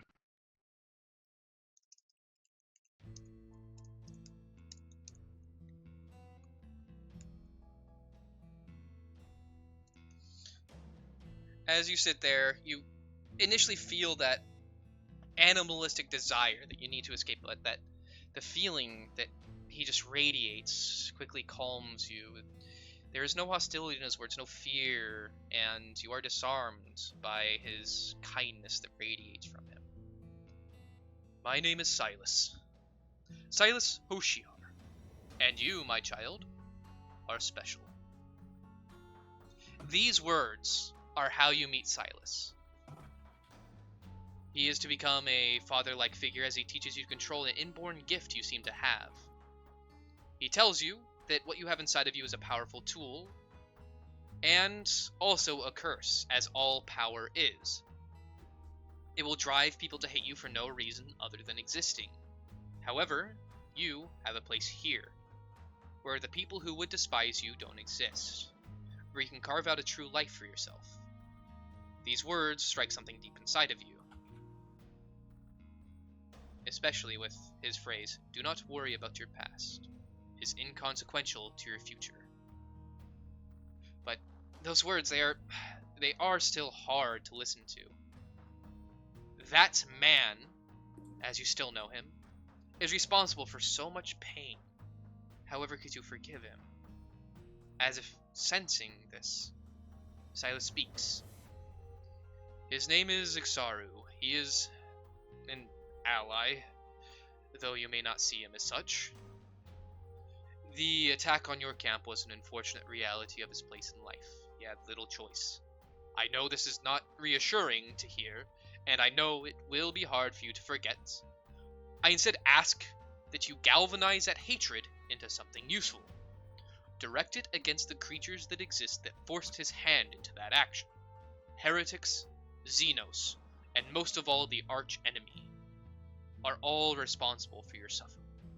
And I swear that I will give you a chance at the retribution you desire.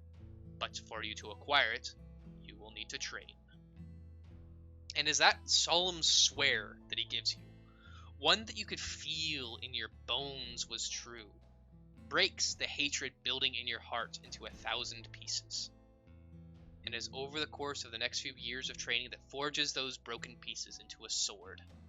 A sword that will be wielded by Silas against the enemies that are both yours and his. Of course, during this time you actually grow quite fond of him, as he takes a hands-on method to your training, teaching you much on combat, but also how to live life, how to be a part of Imperial society. The only thing that you are slightly annoyed by is you wish that he wouldn't leave behind some of his men every time he would leave. You would like to have some alone time. You don't need the protection of his men anymore, and the training he has provided you has forged you into a deadly warrior, easily able to slay anything that would attempt to harm you or him. After all, the only reason he would post people close by you is for your protection, of course. You know this has to be the case, for his trust in you is implicit, just like yours is for him. It couldn't be anything else. Now, though, you are just waiting for your first mission. And it isn't long after. Silas comes into your chambers and tells you that you will be placed on a hive world called Scintilla, in a hive named Sibelius. You should wait there for further instructions, he adds in. Be sure to stretch your legs, and at least try to talk a little bit with people, even though they likely won't appreciate it. And as you go, you are provided a home and a small stipend. You know what money is, and you are able to utilize it. It's still weird. You are not quite accustomed to actually living anywhere other than a cave or in the training areas, but you believe that maybe one day you'll kind of get a feeling for this. Then again, maybe not. The waiting, though, that's a killer. You are so used to having some kind of goal to work towards at all times, whether it just be something as simple as survival or proving yourself to Silas. This waiting, it is a killer. The people here are harsh, reminding you of the kids that you encountered in Sinolo Alpha, treating you with disdain, even though you haven't done anything to cause it. So you decide to take to something you haven't done in a while. You buy some sin soil and some plants, and start to raise a few of the carnivorous varieties. It is during this time, as your plants are starting to become healthy and strong, and you, training alongside their slow growth, get a missive from a servitor. It, after providing it, slowly dawdles its way away from you. Ripping it open, you are told in the letter to go to a specific building in the Administratum district, where you will receive a better briefing.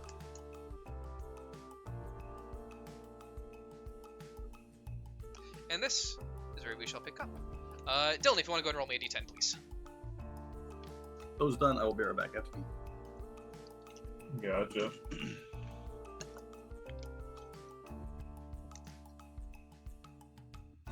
Alright. So, Urit, you are the first one to arrive. Hey. It is a fairly small elevator. It's coded by a servitor that will only allow the right members to pass, and it seems that you were expected, so it does immediately upon your approach beep with a ready. Oh yeah, my name's on the list. You enter into the elevator, expecting it to go down. You know that there's likely to be other people who will be with you eventually, but, you know, that'll be an eventually thing, right? Yeah. And the elevator doesn't move. Low pokes. And it comes to your realization you're probably going to be meeting them here, on this elevator. And you're the first one. Not moving? It is not moving. It is waiting. As you sit there, dawdling your thumbs, trying to I got do my stretches. data slate. It's got some Tetris or some shit. Tetris, but, you know, legally distinct. Tetris 2 million. You play on your data Got a slate, really distorted version of the song is all. twiddling your Oh, thumbs, just like Super Stacker or some shit. stretching your vat-grown limbs, as you always need to do after even just a few moments of them resting. They get stiff really fast, just unpleasant. Oh. But, oh god, it's so much better than that What are metal you that... talking about? That's a pleasant stretch. I can feel it. It's Oh. pleasant in its unpleasantness, because it reminds you of the fact that it is flesh. Got a ways to go, but it is, yeah. It's And flesh, and you it is see a good man stuff. approaching. Joe, if you would please describe your character. Oh man. Okay. He is he's broad-shouldered. He's not as tall as you'd think. Maybe 6 foot ish. He's got shorter black hair that's kind of combed over. He's got a thick mustache into properly trimmed mutton chops. And he has some battle scars on his face, but not too much. He's wearing a dark blue coat. And besides that, just kind of regular clothes right now.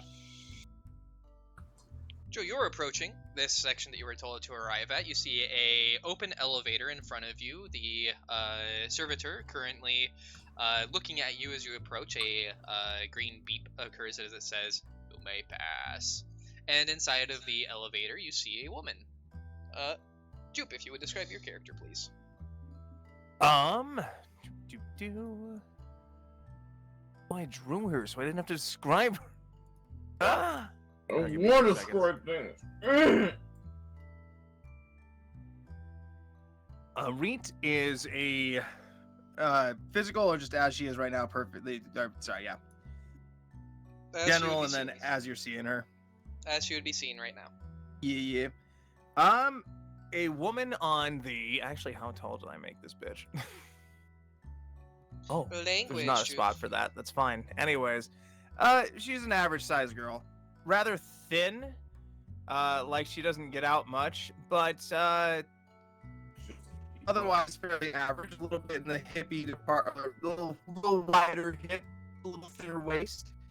She's currently wearing a black leather coat with a few different symbols on it. You recognize them very easily as all being different sects of either the Adeptus Mechanicus or the Adeptus Sororitas. It's kind of a mixed match of both. Got boots and green military pants. Bit of an odd. He is figure. waving at you with a ginger smile. Oh, and has mahogany red hair and kind of amber brown eyes. Her left eye is a little droopy and doesn't seem to really keep pace with the right eye, and might even seem a little blind. You notice her left arm, now that you've taken a moment longer, is a little off-colored and maybe longer than the other arm. Oh, she has had a stroke. Dog. And she seems to be kind of, even though she seems to be bouncy, it seems to be bouncy with a little bit of a gait, like a limp. Hello. Hello? I'll just look down at you, turn around, and face the entrance of the doorway then. I will just go right back to my data slate. As you turn and your gaze wanders up, you will see the next member of your group approaching, which would be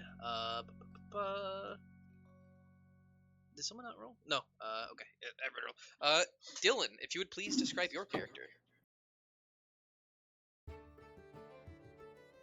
What would you say heavy leathers and combat vest looks like? Fuck, man. Anything you want it to. I don't know.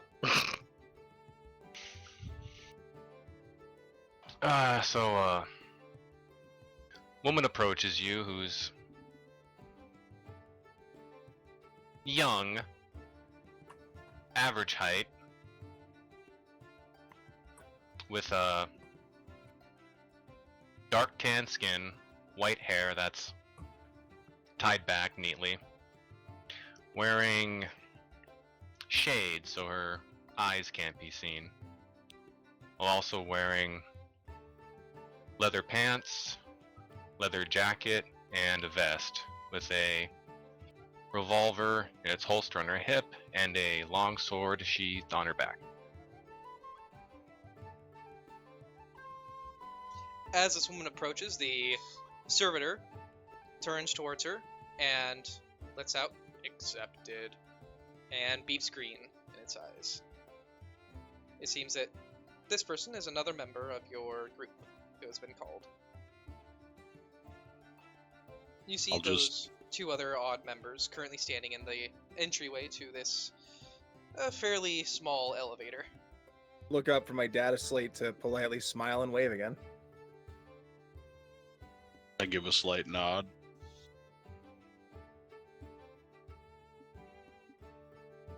You just kind of get a glance and with like a head tilt, and then after like a second, she'll return the nod.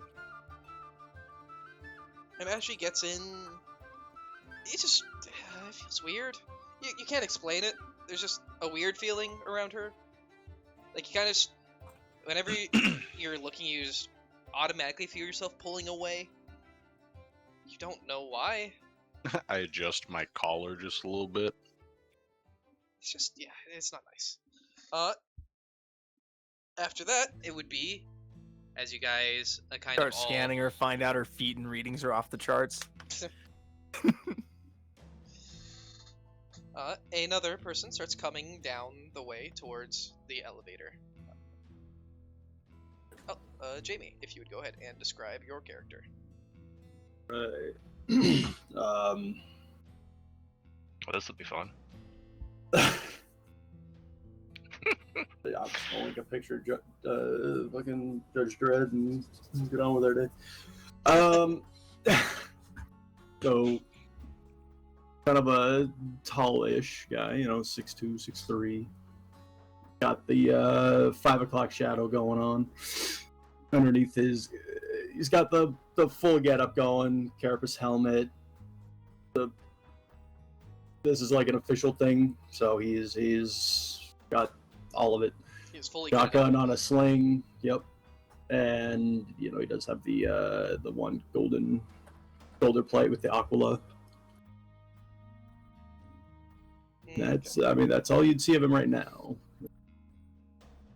As this Fully extremely uniformed out. imposing figure starts marching his way down, clearly set, your heart all immediately skips a little bit of a beat because why the fuck is this guy coming towards you? He looks really official and not happy. When the servitor looks at him and beeps green and says, "Accepted," and you realize, oh, whew, this is another of your member. Did you end up taking the Psyker Elite Advance you were thinking of? Yeah. Alright. Stepping This into is why the elevator. This is gonna be fun. Yep, you are just... Ow. Your head hurts. You don't know why, it's just sudden. You feel unpleasant around the person, the smaller, younger female to your left, and... Yeah, God, your head just kind of hurts right now. I can't explain it. It's like a splitting headache, just suddenly onset.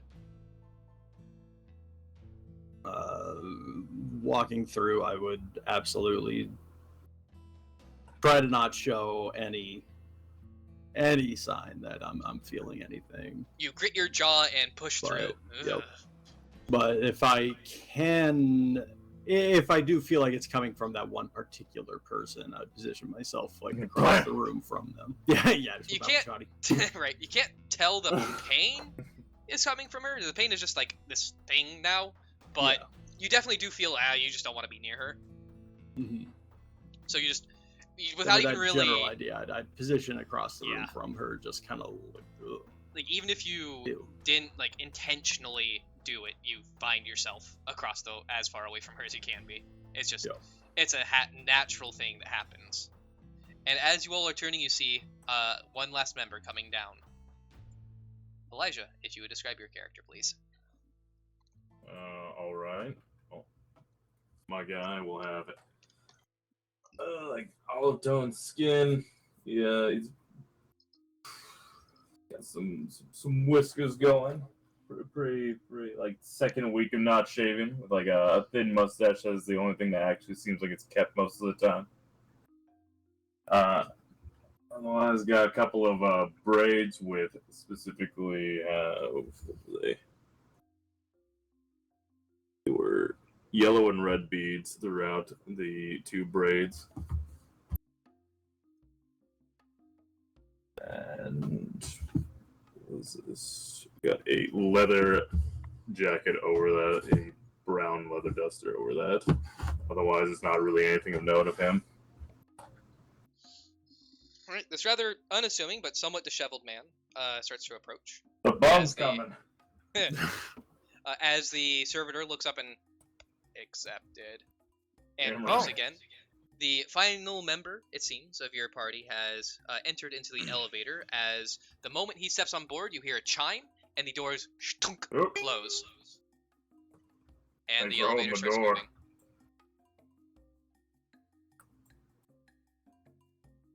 You are met with silence. Yeah, obviously. Bing, bing, Damn yahoo, kids and bing, their fucking bing, bing, games bing, over bing, there. Yahoo, yahoo, bing, bing, yahoo. Old man they can't hear. And it's a fucking cop, and I don't know, whatever you drug this thing out of. The servitor control chimes active as the last one of you boards the platform and the elevator descends as the hatchway closes above you all with a thunderous boom. The platform continues downward for some minutes through maintenance levels deep into the bowels of the government district. I kind of hope I just blow up if I die, I'll be real. Yeah. Like, if it's not from that, I just straight blow up. Well, you'll blow up a week after you die because you didn't contact anybody. Oh, At the God. end of the elevator's slow descent, you're deposited at the end of a wide gray corridor lit by pale lumen globes in the shape of cherubs holding torches. Only the first part of the corridor is lit, and the rest of the area trails off into darkness. All 5 of you are standing at the entrance of the elevator. What do you do?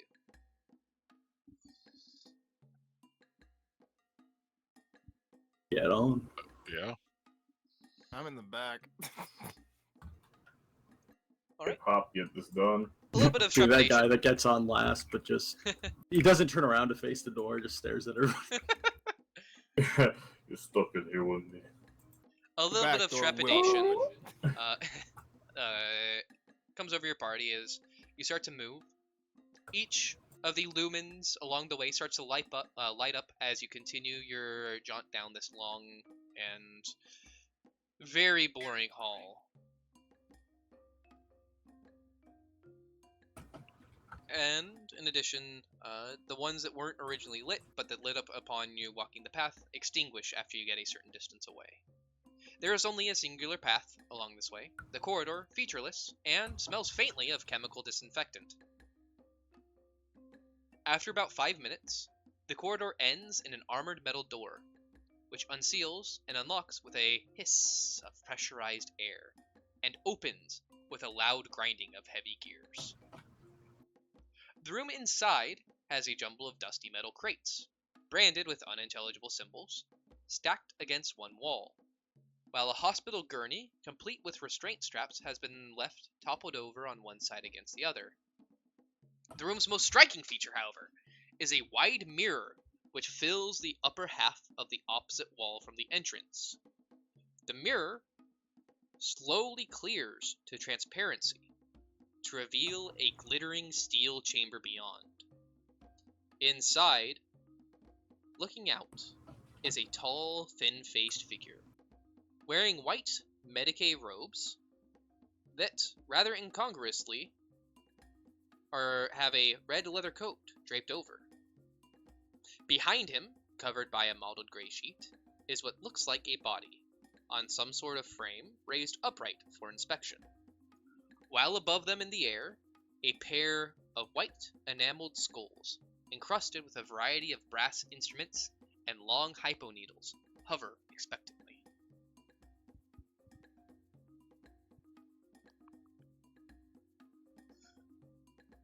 The person behind starts to speak, and with a crackling sound, it appears that he has some kind of radio that comes through. Greetings, Acolytes.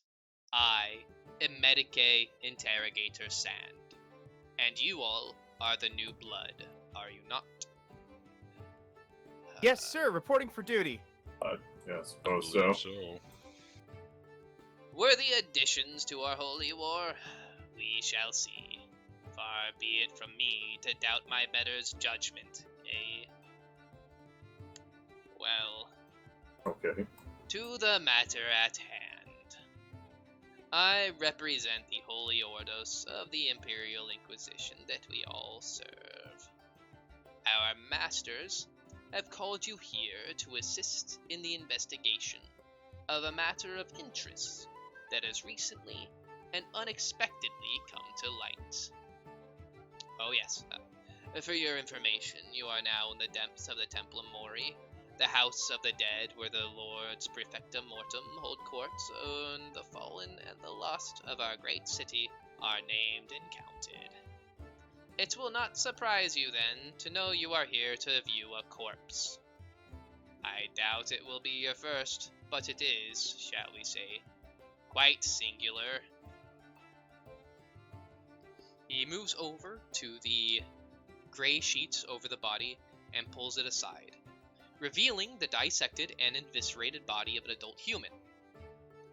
As he continues to talk, the servo skulls dip and bob out of sight to reappear with messy-looking organic specimens in test tubes and jars, clutched in dexterous brass calipers, displaying them, as he announces them, for your edification.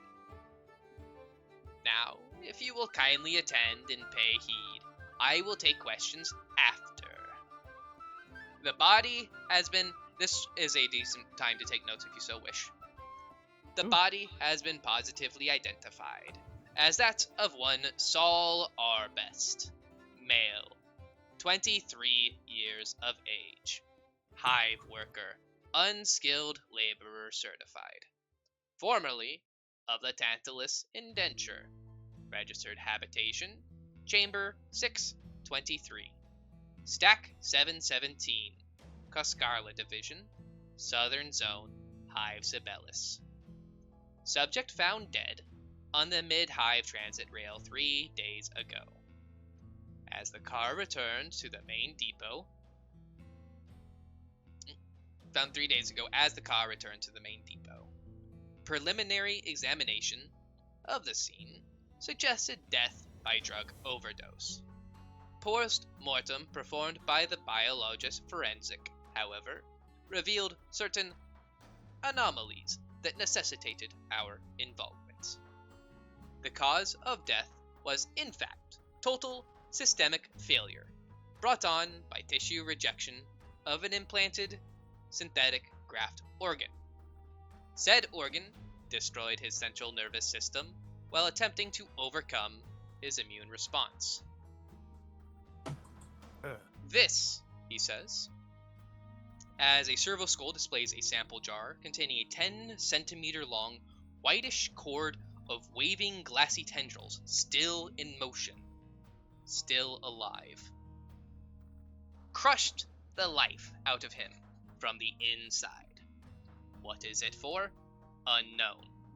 But my opinion would be, in a word, control. Neural and synaptic override, perhaps worse. There were other grafts and surgery of a less singular kind also. One lung replaced by a concealed storage cavity, possibly for use as a courier. Also, one optic nerve removed. Skin flayed from his stomach. I've no idea why. His systems awash with alchemic traces, clotting agents, pain immunities, and the like. The surgery was expert, but by the lesions and tissue stresses, I doubt any care was given to whether or not it was painless. In fact, by the damage to his vocal cords, my guess was that he probably screamed for as long as he was able. But this little monster, as he taps on the small container with the whitish thing, is what concerns us. Oh, you don't need to know the gene lore or the omniscient edict. Just that this is not only illegal, it is forbidden. It is tech heresy. Merely tampering with this kind of dark tech is enough to warrant a death sentence from the Holy Ordos, the Arbites, or the Mechanicus. He says as he casts a gaze to you, Erit, and you, fucking goddammit, Jamie. I can't remember your name. Dread. Judge Dread. Jethro Dread. Jethro, thank you. As he looks at you, Jethro, as well. And I'm sure that you, as well as I, am wondering how such a rare and vile thing ended up wrapped around the spine of some anonymous habprol from the dusty end of the stacks. Yeah. The man has no prior criminal record. He was rendered invalid by indenture, laid off, if you will, some 60 days ago. Now, and was reported missing 32 days ago by his sister, one Lily Arvest, resident of the same Habstack. More than enough time to get himself into all sorts of trouble, I'm sure you will agree. These graphs are no more than 8 or 10 days old at most. We have nothing else on him. This is to be a shadow investigation. No open official involvement, and no notification of local authorities. And no one knows he's here either. Coscarla is down hive, so a covert approach will draw far less attention than a boot through the door, and be far less likely to kill any lead to our heretic. Find out why and where if you can. Better yet, find out how. Best of all, find out who is responsible. Go with the grace of the God Emperor and Omnissiah. Oh, and if possible, additional samples would be a blessing if you can provide them. Got specimen jars? I do not have any additional specimen jars, but I am sure you will manage.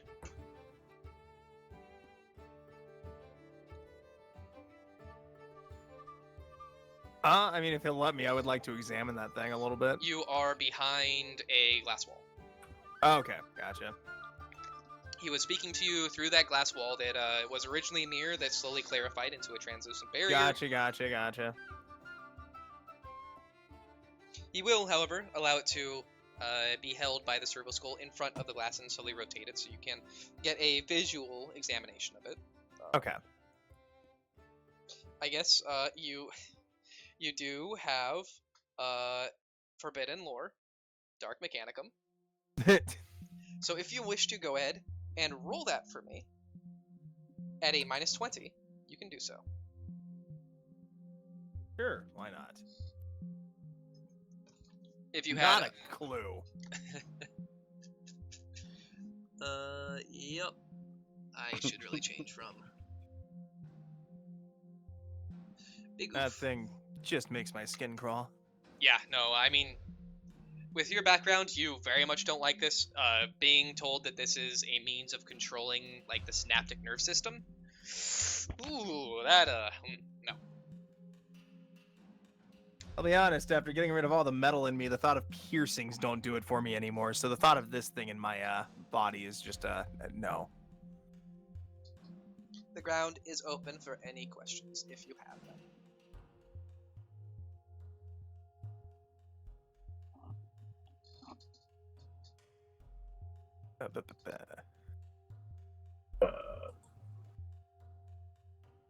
Do you have any friends? I'm sure friends were not a part of the information we could find from his dead corpse. Well, never mind then. Has any sort of investigation been done yet? Like, do you know anything about his coming and goings prior to his death? The preliminary investigation of the scene of his corpse was investigated. However, past that, it is your duty to perform said investigation. Understood.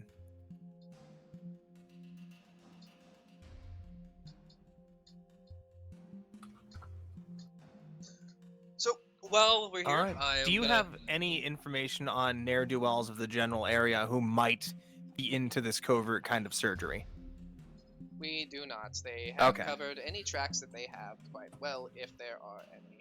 And we also do not maintain a notable presence in Coscarla. That's fair. I will also do a quick description of kind of the skill system of this game, for anybody who doesn't know, which I think, Jamie, you are the only one who hasn't played one of these, so... and you probably played something similar, I'm not sure. But basically, all of your skills... this game is a D100 system. All of your skills are tied to a characteristic. So in Jupe's case, he was doing Forbidden Lore that's tied to his intelligence. He has training in that, so what he does when he does a test, he rolls a D100, compares it against that skill, In this case, it would just be his straight intelligence, and since I gave him a -20, it'd be that -20. So that would I hit be the opposite side of the dice roll I needed. yep. So his skill is 42. I applied a -20, so he would have had to roll 22 or 22 or below less. to have any idea what this thing is. In addition, the way that this game works is that there's something called degrees of success. You don't just succeed at something. The success that you get is better depending on basically how low you roll. So in this case, if Jupe had rolled, let's say, just 22, you'd have gotten 1 degree of success.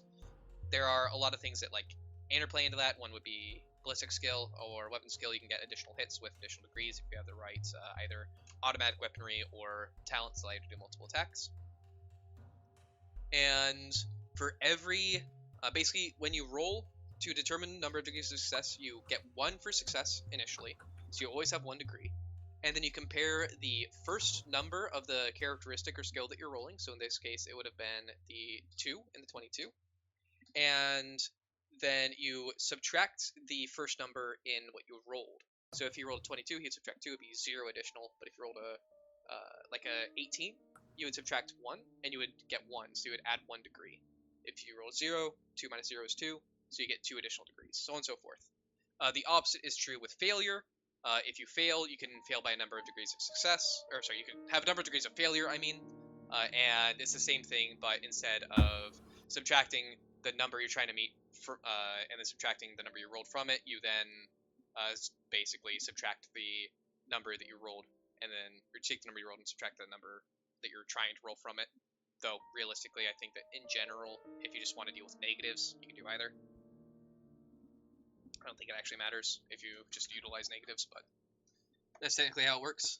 So that's the general usage of skills in this. It's a D100 system that then has the potential to have better results if you roll lower in comparison. And that's also a good reason to have like higher and higher stats, is that gets you more degrees of success, which can get you more information or better results. In addition, I think. something that he referred to was going into this, trying to do a shadow investigation. In Dark Heresy 2, there is something called subtlety. There is no specific way to play the game in that idea. You don't have to be subtle, nor do you have to be loud. What it actually does is there is a meter that is basically starting at 50, and the actions that you guys perform increase or decrease that. The higher the subtlety score, the more subtle you are.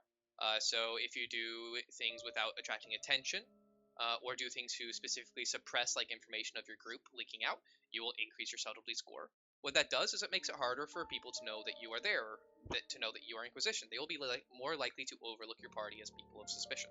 However, that also means that the people who you may want to get information from may not necessarily actually believe that you are part of the Inquisition or something similar. They are more likely to blow you off as someone who's unimportant. They are less likely to provide you aid if you try and get that aid. Whereas if you are less subtle and your subtlety goes closer to 0 from 50, you are more bombastic in your approach. You are making your presence known. You might actually tell people that you are part of the Inquisition, which has its own benefits. Now, people are fucking scared of you. They don't want to stand in your way, so they will do what they can to help you. It's a good way to get information out.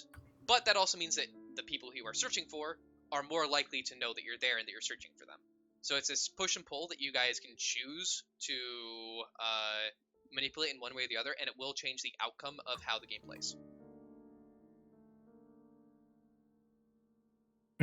So kick in doors and Balance, got it. shock with Tom people in the balls. Full board, dog. Fuck it. I mean, yeah, if you want to play that way, you can. It's an option. It sure is an option. Yeah. But in general, enemies will react to the way that you perform your investigation. So just be aware of that. Fine. Right, and are there any other questions that you have for this Medicae man Sand? Damn. They teach me how to level up. There is no leveling. You just I dedicate to mean, your I have username. 700 XP, and I'm trying to figure out what the fuck I do with it. So basically, you just I think Joe linked something earlier, and you might be able to link Oh. it again. Yep, I got you. I'm trying to read this. I'm just like, huh?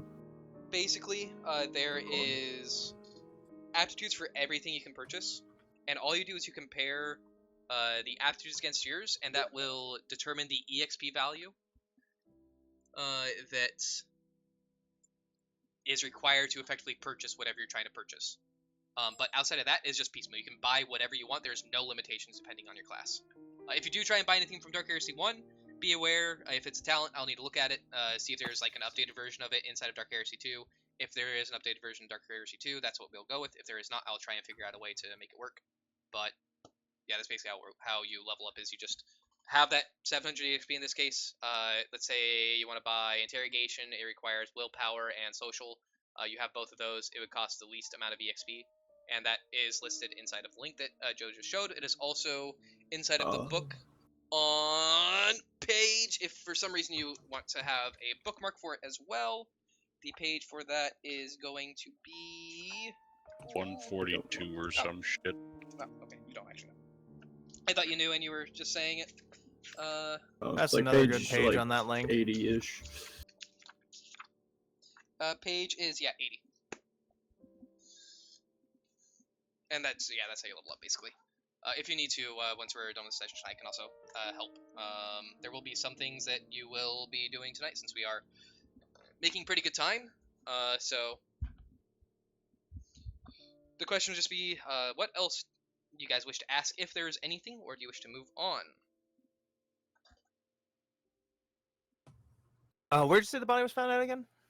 The body was found on the railway that leads to the Coscarla district, inside of one of the cars.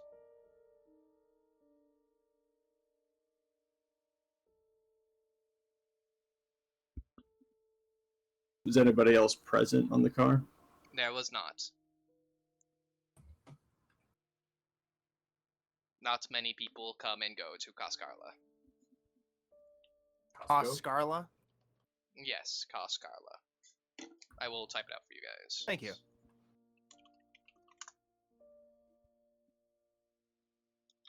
you Oh, guys it's want my me guess.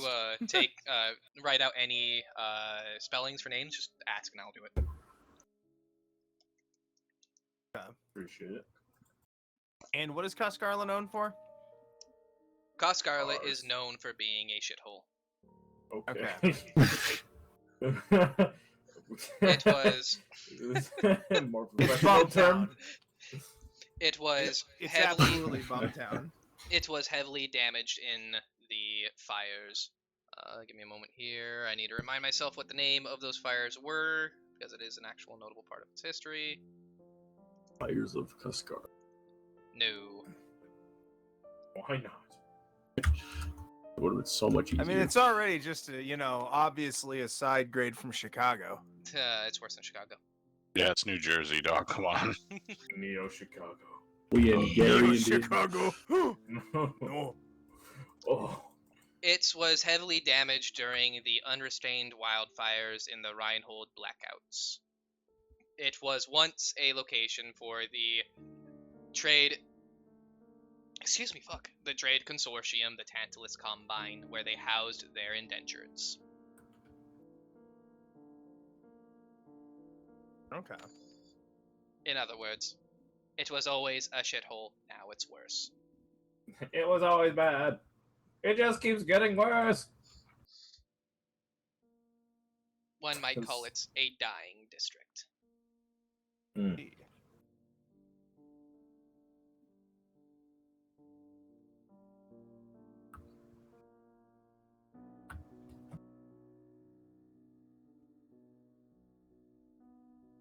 Do we know of any surveillance that would be around the area? If you mean any kind of cameras or recording softwares, there is none. This is going to be a typical boots-on-ground investigation that you will need to do with your words and your actions.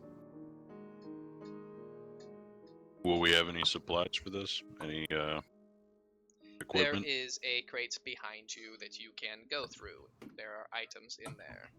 Ooh, Perfect. I'm gonna start digging. You turn Oh, around, you shotgun. see that shitty kind of dust-covered crate. Oh. In the box. What's in the box? What's in the box? What is in the box is the following items. Boxed up.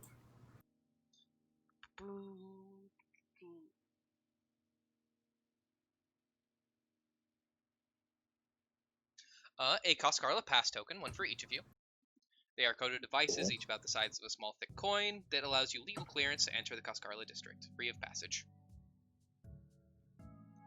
Each of you also gets a handvox, cheap and battered looking communication devices that use a private encrypted channel and are good for a range of a few kilometers in the hive.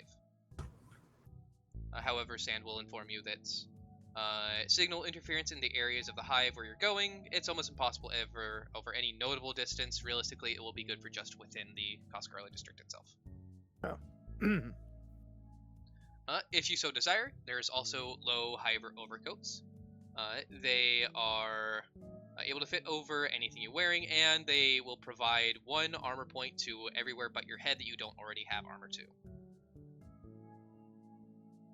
I'm assuming I can't wear 2 coats.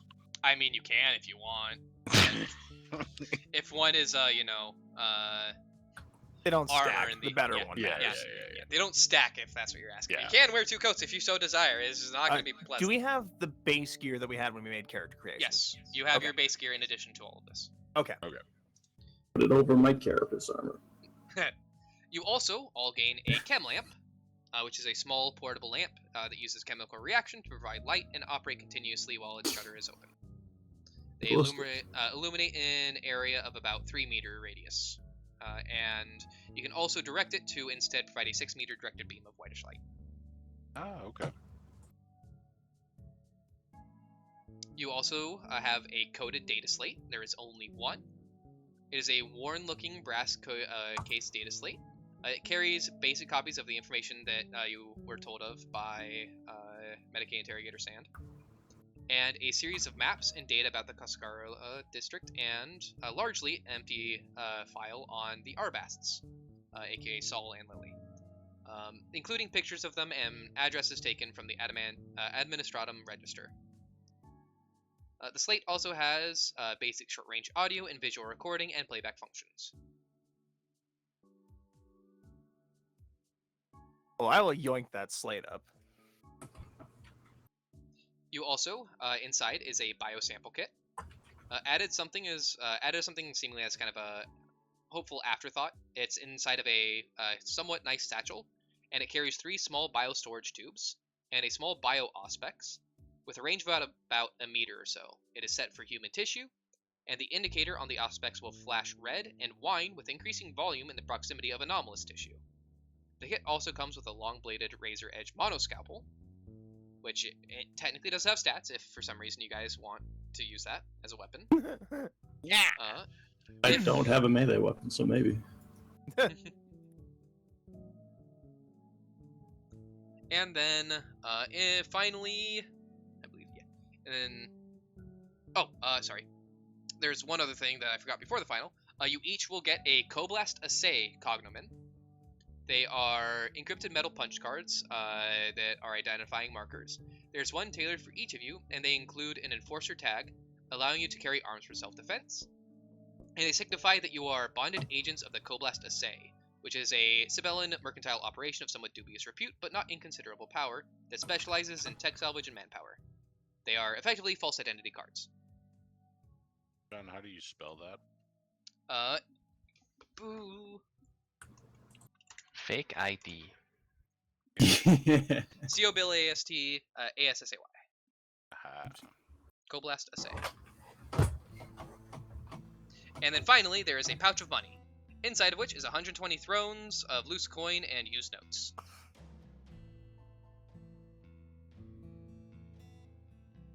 What was the first stuff, the gear? So there's the Coblast Assay cognomen, the Handvox, a low hiver's overcoat, chem lamps, and that's what there is for everybody. Everybody also got a Coscarla pass token. Yeah, Coscarla pass Coscarla. token. Yeah, Coscarla. Yeah, I was Don't meaning forget your the subway overcoat. token. Yep, subway token. You can eat Subway now. The overcoat's just armor 1, right? Yeah, Okay. armor 1 to any place except for the head that you wouldn't already have it. Does not And stack. only if it's better. Yep. So that covers legs and head. It does not cover head. It would cover legs. If you didn't Oh, have okay. leg armor, grab it and, get some pants. I do You not. walking into the elevator pantless, girl? She has pants. She just doesn't have armored pants. Come on. She Aww. doesn't have chaps. I gotcha. If you'd like, I can also just put like the items you would have received into the chat. That would be nice. I will not put their like descriptions, but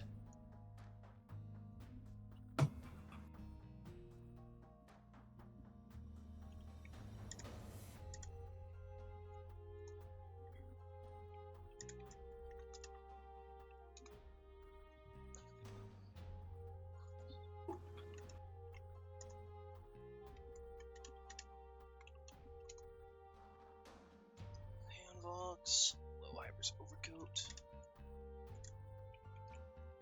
And all for one.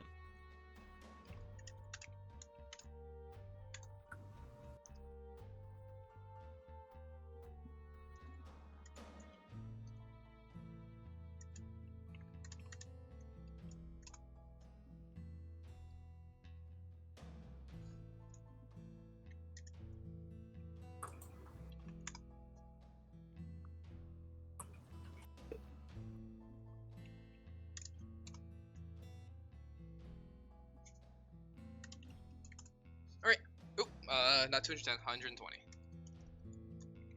You just keep that in there, that's fine. Nope. Okay. You just And- scared Keep it people with in money. there. This will bring up something I've mentioned previously, but I will mention again. So, in typical Dark Heresy, there's only one notable way to acquire things, and that is through doing a requisition check. In this, I'm going to be allowing both the usage of money and the influence checks to requisition. Typically, the way that'll work is if you're in a location where you have like fairly good access to things, it would be better to purchase it. So, like, if you're in a place that has a lot of guns that are low quality, you can, generally buy solid projectile guns without too much issue there. It still costs money, but you can actually buy it instead of having to requisition. It doesn't make any sense that you'd be like, ooh, I need to fill out these forms to get this thing to be sent to me. You can just Well, go you buy it. do. Whereas, if you're in that same location, you're like, I really want a good quality plasma gun with an underslung flamer. That would require a requisition. So, what you're able to buy will always depend on where you are, but thrones will still generally be useful.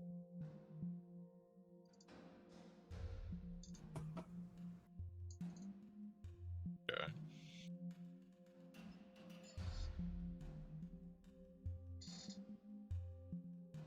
Who took the bribe money?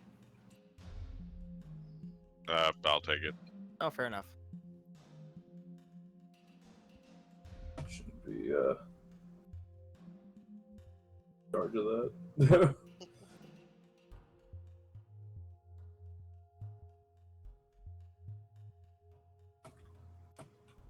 Alright, so. Do you guys have any other questions for Sand about the current situation that you know of? Is there any way to recommunicate with you if we have additional questions? No. You will not be able to communicate with me directly outside of coming here. Okay. You will And likely coming be- here is invitation only? Coming here is invitation only, yes. Gotcha. How will you know when we're done? You will come back and you will report that you are done. That's fair.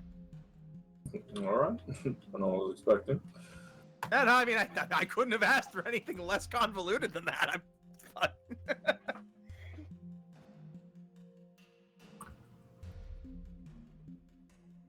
And then Shannon. that... Oh, go ahead. We were told where his sister lives. You were told that she lives in the same Hablock, so Hablock 717. You Okay. don't know exactly where that is inside. You Chamber have a 623, stack 717 of the Scarlet Division in the Southern Zone High of Sibyllus. you have a map of Coscarla. However, that map doesn't have like any kind of indication of this is this specific Hablock or anything like that. Yeah.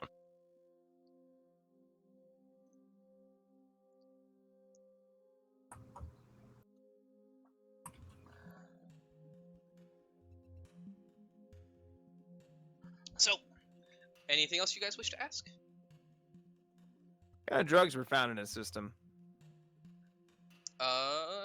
I mean, I don't have like specific names, but I can go back over the specific drugs that were found, the kinds of drugs. They were. Just like if we're shaking down some dealers, I don't want to shake down the weed guy when you know it's the meth guy. I mean, still. You shake down both anyway, and just Well, yeah, take but what he's one I got. just do for fun. The other one is, you know, I need to keep him alive until I get what I want out of him. Yeah, which is weed. Clotting. That's what we're Yeah, talking that was the about. one. Yeah. General alchemic traces, as well as clotting agents and pain immuners. Okay. Had him doped up to deal with the pain of that thing in him.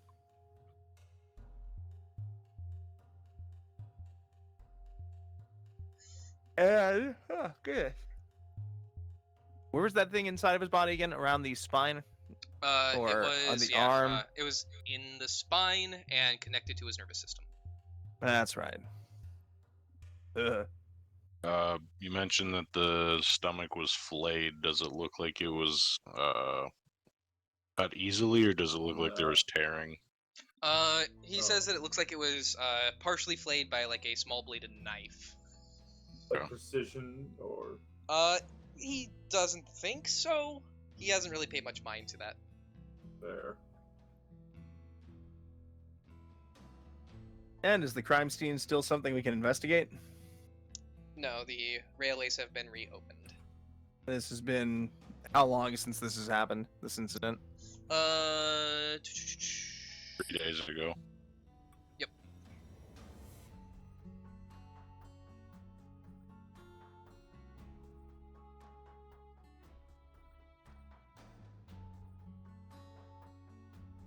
He was found 3 days ago, but he was reported missing 32 days ago. Gotcha. Who reported him missing? His His sister. sister. Lily. His sister did, okay. He's first on the list. I think she's probably the first place we should go check then. Yeah. Get some information out of her and then do some sleuthing. Cool. I don't think there's a whole lot more I can ask here because it sounds like our duty is to find out where this thing came from and then deal with that source appropriately. Am I right, boss? It is to About? figure out House. if you can who, why, where, and how, but mostly to figure out just what happened to Saul. Any more information is a positive. The best, of course, being the acquisition of this individual and any other samples. Okie dokie. John, can I get his name and spelling? Saul or Sand? Both. Band is just TSAND. He threw the T in there to make it special. It is not. Like imagine if. Well, now that you say that, it's not. That's Sand, and then add an E in between the T and R. And then Saul our best. And then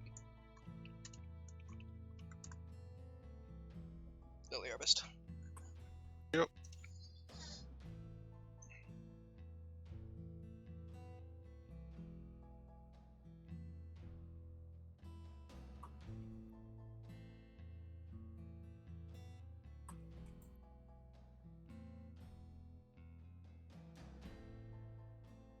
So I did not respond to that text, Eli, but hot fuck.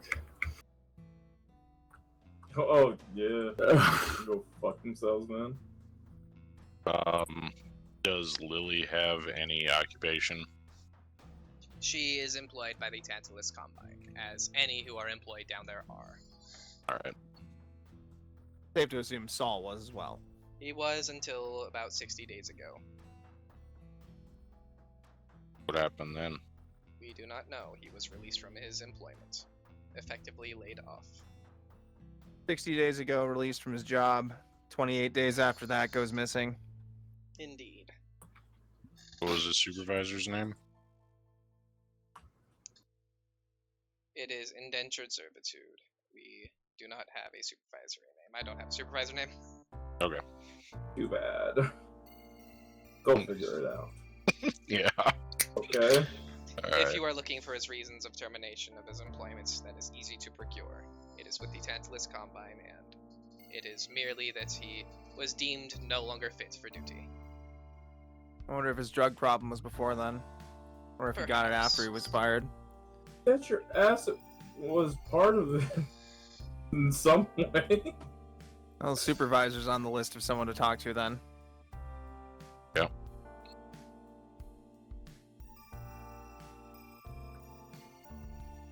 I think the rest of the questions we have are not here. Gotta come to us when we're halfway up that elevator shaft. Yep. Does the sister Always know does. what's Wait! become of the brother? Sorry, what was that, Dylan? Does the sister know what's become of the brother? She does not know what has happened to him, no. He has not been informed of his death. Got you. Keep that in mind when we talk to her. Okay. The only people who know of his death are you, the initial people who found him, though they would not know who he was, and me. Gotcha. And, of course, our... Yeah, any superior beyond that, yeah. Huh.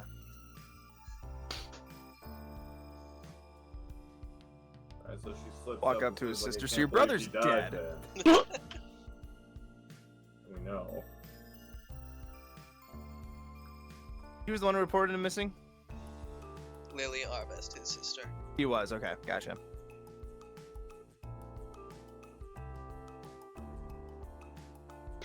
So then we can pretend that we're trying to find him and ask her where she might know. If she knows where he might be, as in, like, where has he gone? If Any you decide. places recently that, been going to? This is an option, if you wish to take it, yes.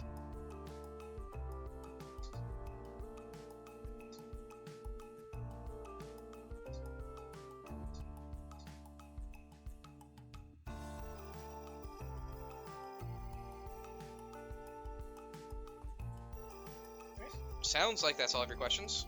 Damn it, I was muted, yeah, sorry. I never have Um, these kind of questions when anyway, though. Lily put in the missing report, was there any reward tagged with that? We could use that as a cover. There was not. It was a missing report sent to the... fuck. What was it sent to? Local There's no reward. constabulary. No.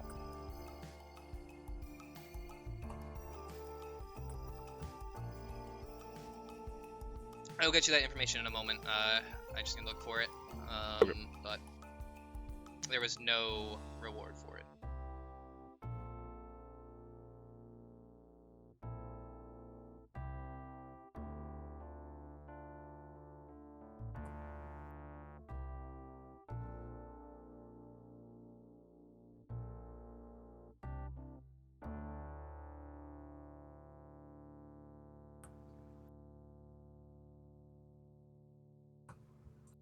Yeah, I'm good then. Like I said, halfway up that elevator shaft. I'm not even gonna think about it anymore. Can't come to me then. La la la la. Yeah. La la la la la la la la la la. Can't hear you. La la la la la la la la. Not thinking right. La la la Blah, blah, blah, blah, blah. la la. La. Get her moist with that blah, blah, blah game. Okay. She told the local warden.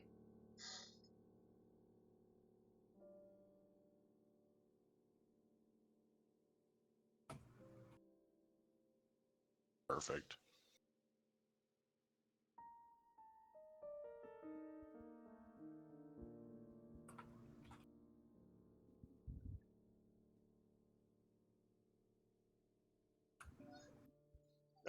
Then Oh. you got.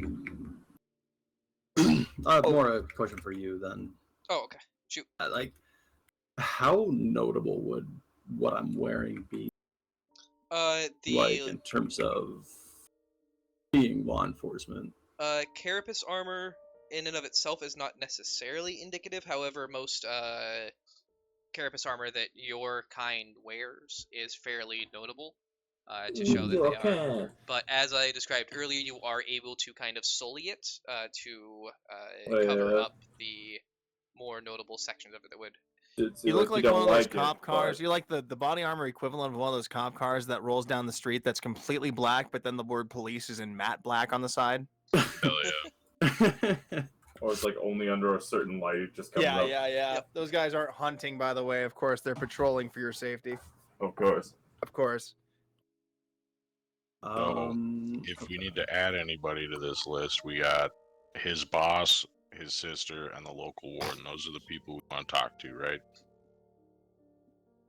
Yeah, I'd say the warden's probably the least of that. But Yep, yeah. he's at the bottom.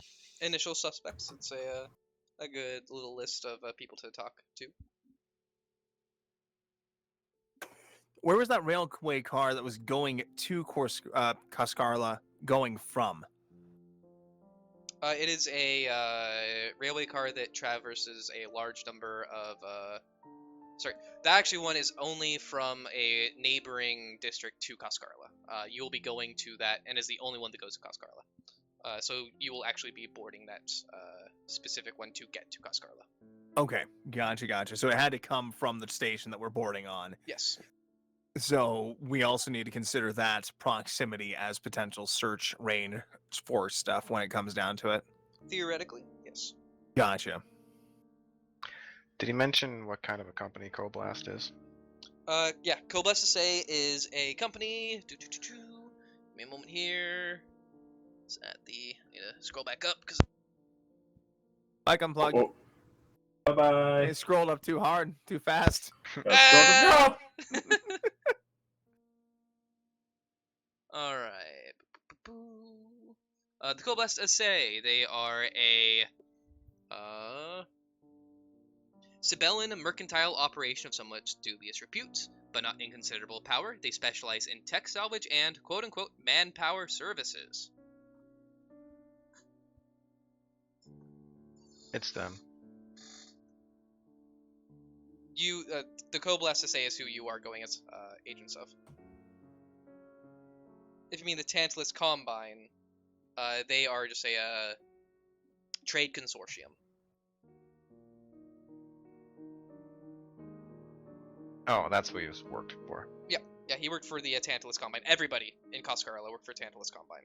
Oh, It is okay. a- I was thinking we're undercover as employees of the same place he worked at. Nope. Never mind. That's my mistake. Coscarla District is a district that was owned effectively entirely by the Tantalus Combine, and everybody who was there worked for the Tantalus Combine, or they didn't work at all. So they just do everything. Yeah.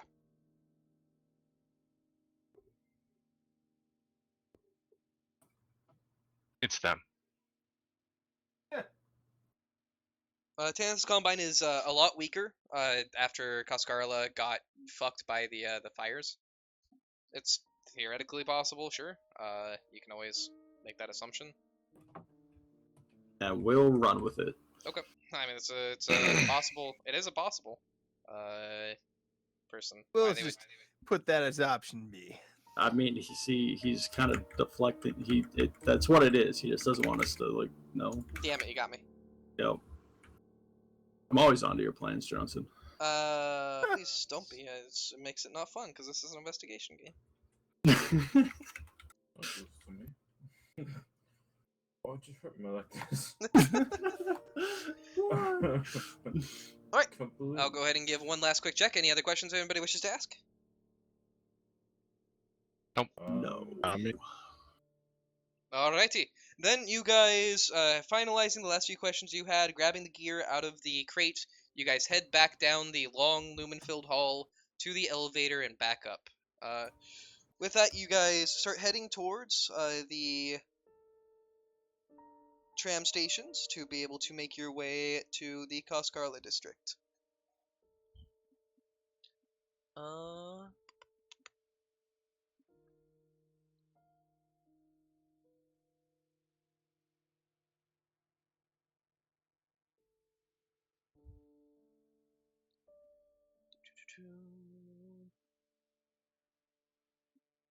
The journey to Coscarla is one that takes several hours by transit railcar, during which you have to change different transit rails repeatedly, and each one you transit into is an increasingly dilapidated and vandalized car. Every Fun. time you have to check your pass token, your cognomen, whether it by suspicious magistratum enforcers or dull-eyed carriage servitors and unctuous-looking officials. You slowly progress from large open spaces with clean air of the government district down across whole hive levels, past collapsed finery and the fallen architectural splendors of the good olden days, and through vast sky steel vaults filled with endless rows of habstacks and kilometer after kilometer of thunderous manufactura. The further you go, the more ill-maintained, depressed, and decayed things become. These are the lower stretches of the mid-hive. Beyond these, no transit rails run. Beyond the outer circle is the underhive, where no law holds sway. Long stretches of your journey are spent in stale, tainted air of the wormhole-like tunnel passageways within this location, and the hive's thick supporting bones in the nameless black voids and deserted spaces in between are your only friends here. The car's lights flicker and fail regularly. And let me grab everybody.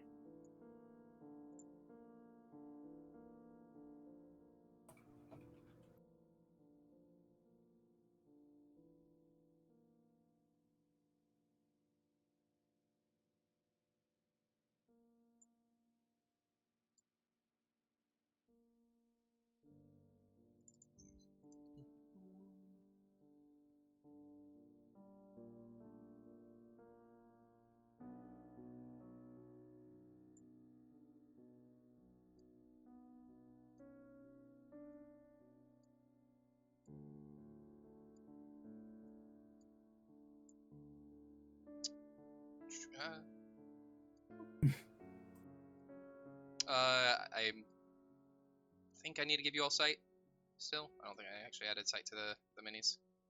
Can you confirm? Oh shit! Yeah, I can I see. mean, I'm here. Oh, I can okay. see things.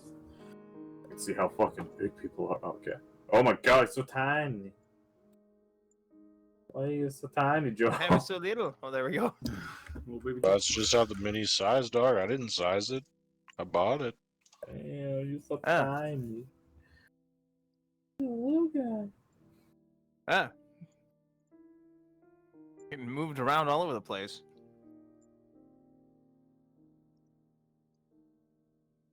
You guys in your fucking resizing and your GIMP and your Photoshops. Boy, this is just how it was. Yeah, that's what they all You say. need to bring yours to Gimp to resize it. He's too tiny.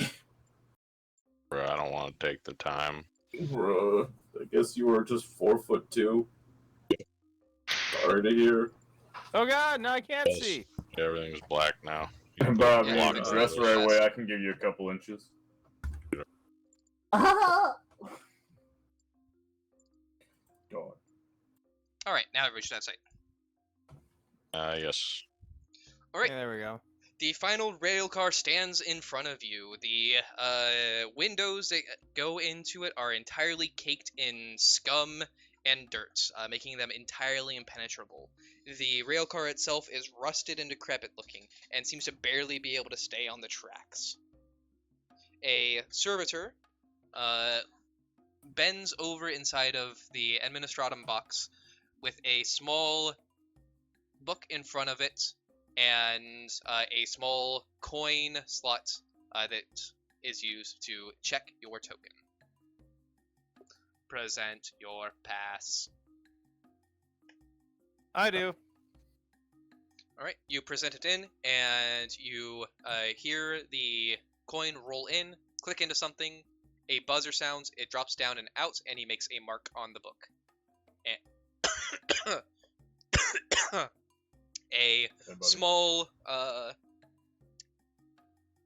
section of this part you're standing on extends into the door of the railway in front of you, and the door to the rail itself, after it clicks in with a hiss of pneumatic air, the door opens, revealing the inside. Step in an orderly fashion, one person at a time. If more than one person steps on, the trail will disengage and you will fall. Deposit coin. Oh god, the zombies. You deposit a coin, and he makes a mark. You are able to proceed.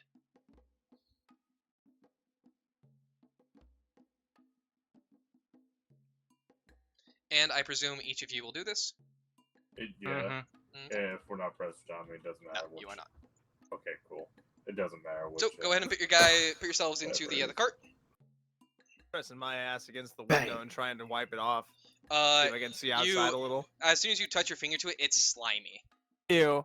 Ew, ew. I did not get limbs again to feel this. Hey, you did. Yeah, I kinda did. There we go. Man, spread up here. Your guess, like just knowing, that's probably there's a thick coating of oil, and then probably dirt and grime after that, and then probably even more similar, like just crap. Oh yeah, I'm killing myself. Inside of this car, every single one of the benches is slightly rusted, and past the sitting section, there is just a simple graded area, and you see a servitor that is hanging from the ceiling, currently dialing in notations into a small cogitator.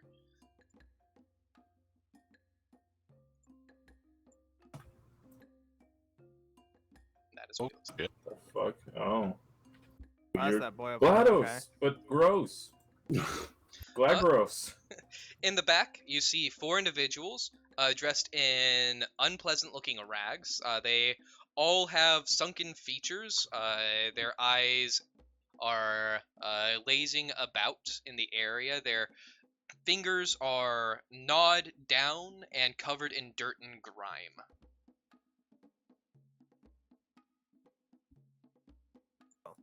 After Take that window seat closer to the front.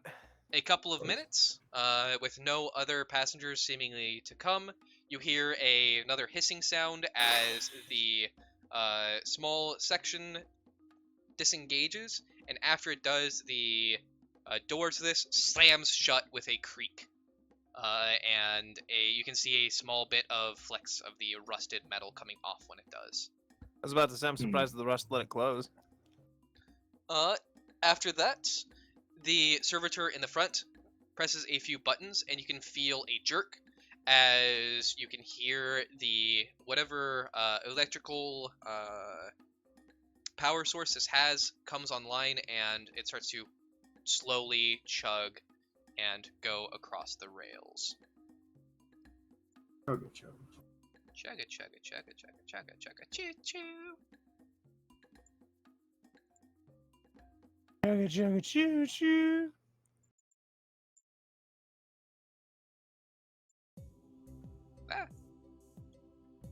Yeah, but you gotta piss. Yeah.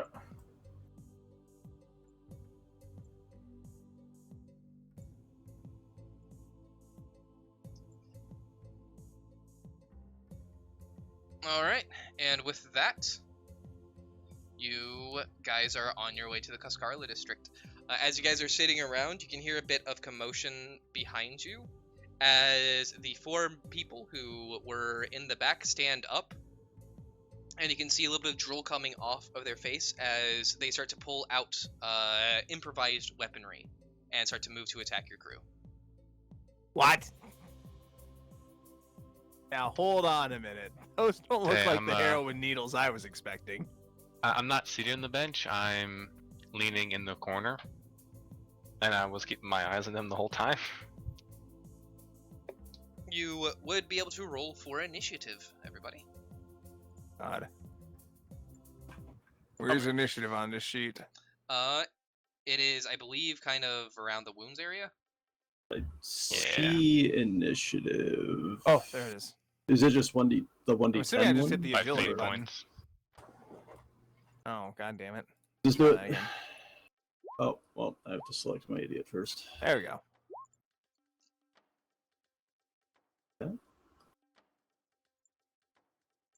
No, mine was custom initiative. Why is it? Am I /GM right now? Yeah, if you have the GM tab selected at the top. Oh, Oh, I didn't even notice that. Oh, thing I God. could click. get that out of here. All right. Click the agility button, Jamie. Yeah. It'll roll 1d10 and Not match your custom, agility. yeah. I mean, it's still got one. Well, They still got the same roll, but now the result's the correct one.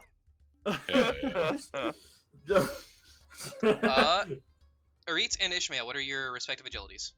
Every game I Oh play shit. on is 31. 33. All right, Ishmael will take it.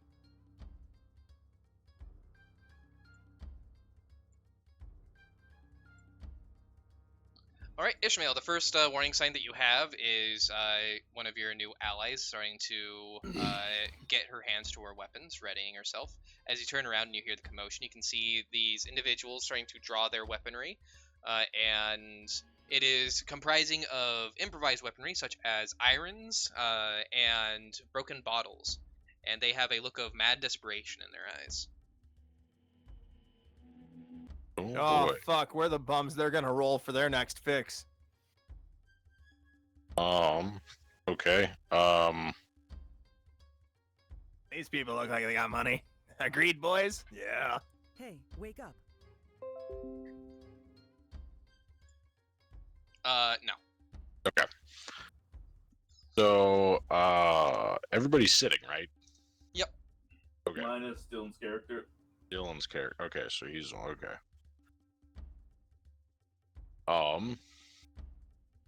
It will take Well. a half action to stand. Okay, yeah, I'm gonna stand and turn around to the commotion. Okay, you see them. They are starting to brandish weaponry and starting getting ready to come at you. All right.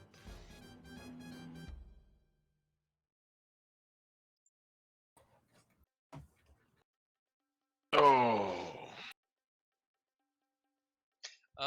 There should be a section on all of your journal tabs that includes actions and combat, circumstances, conditions, grappling, healing, weapon jams, the like. On what tab? It should be in the journal tab. It There is should not. be a section. Okay, why is it Oh. not? I only have the No. journal entry I put in. It Yep. is not your character sheet. Oh. the third You tab. didn't handouts. open. Doesn't help that there's a thing called a journal tab. Yeah. First place I look. That's your characters and okay. rules, though. Drop down menu on rules, Jupe. Gotcha. All right. What are we looking at here? Combat. Aim. On. Okay. So, I mean, for now, just say what you would like to do, and I can generally tell you Okay. what it is. Cool. All right. Then I'm gonna stand, turn around, and face them. It is a half action to stand, as I said earlier. And fuck it, dog. I mean, they want to rumble, then let's rumble. I'm gonna fucking pound my chest with one arm and fucking hold the glaive. Thought today was gonna be boring. Is it wrong to go gorilla mode in the subway? You have your glaive out Yes. and ready. It is Oh, then going to no. go to. Oh, I feel like Oh. 4 crackheads or not, they'd see that and stop. I mean, they're fucking crackheads, man. No. That's Agreed. true.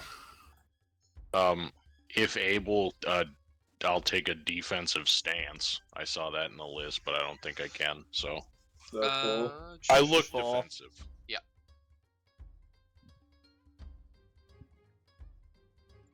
I always look Great, it is your turn.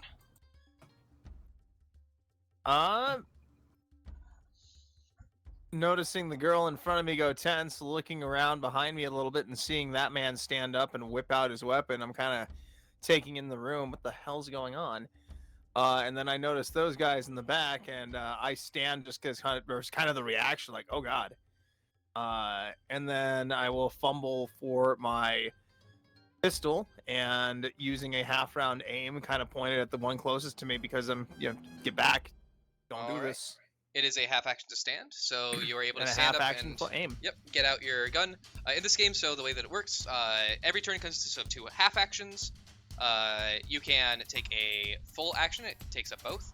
You can take an extended action, which will take up more than your singular turn, or you can take half actions. You can only take one type of action once outside of the movement action. You can take the movement action twice out of your double move. So you can only take like one action that is a shooting action or an attack action in a turn. Yeah, Unless, full auto burst twice in one round, essentially. unless you have something that specifically states you can. Gotcha.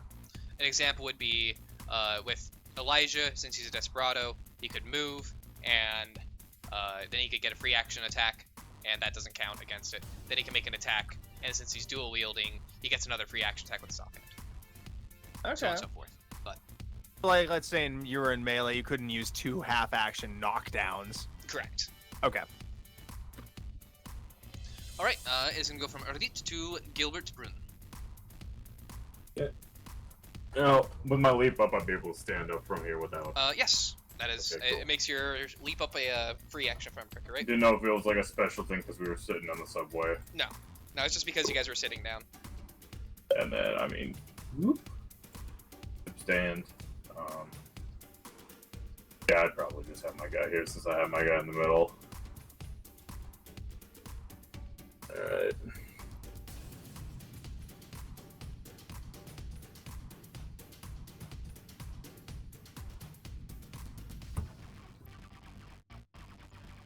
Kind of want to just do a show of. You know, I'm gonna do a called shot on this one right here's head. Hell yeah. All right. So a called shot. What that is going to be is. I don't get a +10, is what it said. Nope. Like usual standard. Correct. So that's if you take a single shot, you would normally get a +10. If you do a burst, it's +0. And if you do full auto, it is your -10. You can do a called shot at any point, and you can do any type of attack with it. So burst, full auto, or single. Yeah, it'd be a small single. Yep. But, okay. So let's roll to hit that. Yeah. So go ahead and roll me a ballistic skill test. You are. What is the range of your weapon? The range is 30 meters. 30 meters. So if you are, I should change that to meters. It's dead on. That's 30 feet. That is not meters. Each square is 1 meter. Oh shit. Oh shit. Yeah, I mean, I might be within. Is it a third? It is half of your range is a short range. So you are within 15 meters. So you are within short range. So you will gain a +10 to the attack from short range. Hell yeah, boy, get him. Fucking blast. I have weapon plus or ballistic weapon See set. some head pops. Yep, ballistic skill. Skill plus 10. Oh. Dude, you straight domed me. Stop. I'm sorry. Fortunately, that is not the case. Quickly standing and aiming to take the shot at his head, you are unable to get a good aim as the rickety and constantly rumbling place that you stand in causes you to not be able to maintain a good angle of sight on his head. You take the shot and it just slams into the side behind him and punches a hole through the side of the cart. Can I scream out? That's a warning shot. You may. They don't seem to respond to They're any straight kind zombies, kind of. They are not zombies, but they are drug zombies. Oh my god, the worst kind of Worst zombie. kind. Yep. Is Get gonna go addicted. to their turn. They can move. Get the thing of bath salts spell out of his pocket. They can only move 2 My in a single face! move. 2. They're all Florida men. Oh god. They climb over these sections that they try and get to all of you. 2, 3, 4. But that is their double moves to get to you, and that is going to be their turn. They start brandishing their weaponry and getting ready to engage with those people who are around them. However, it is going to... they are going to choose to engage you guys. So you are engaged, Jamie and Joe. That means that you will not be able to use any Guys just gun met. other than a pistol weapon, and if you try and leave their square, they will get a free attack on you. Ew. Is there Alright. a movement option to get out of their square without that free attack happening? Disengage. Disengage. Disengage into that full round? Yes. Gotcha. Zana, it is your turn.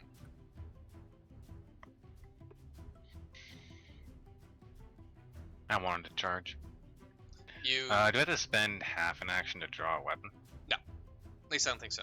I didn't see anything about it being a half action to draw. I might be missing it, but I didn't see anything about it being a half action to draw a weapon. Well, D&D 3.5 it, where if you're already moving, it's part of that action. Until I get a deeper read of the specific rules again.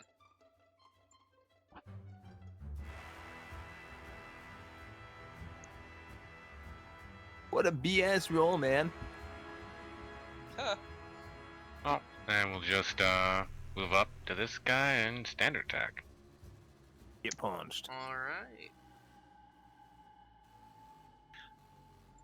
Is there a way to just click on this? There we go. Modifier plus 10 for standard, right? Yep, standard attack is a plus 10. I don't believe there will be any other notable conditions in combat right now. And nope. Not prone, attack. Yeah, there'd be no other notable adjustments to make. Alright, so you got 44.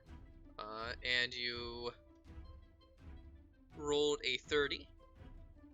So your target was 54. That is going to be 2 additional degrees of success. So you get 3 degrees. He is going to attempt to dodge. Time to find out if it automatically includes a penalty. If I just click. Yes, it does. Okay, cool. If you ever attempt to make a skill attempt untrained, it is at a minus 20 penalty. So this man attempts to dodge. He has a 26 agility, and because he is untrained in dodge, he takes a minus 20%. So he only has a 6% chance to actually dodge, and he rolls a 54, so he fails miserably. Go ahead and you got a 44. So the way that hit location typically works is that you reverse the number that you rolled. In this case, it's still 44. That would hit the body, so you are going to be gutting him in the chest. Go ahead and give me damage. Hell yeah, get him. Alright. But automatically add the strength modifier. Yes, it should.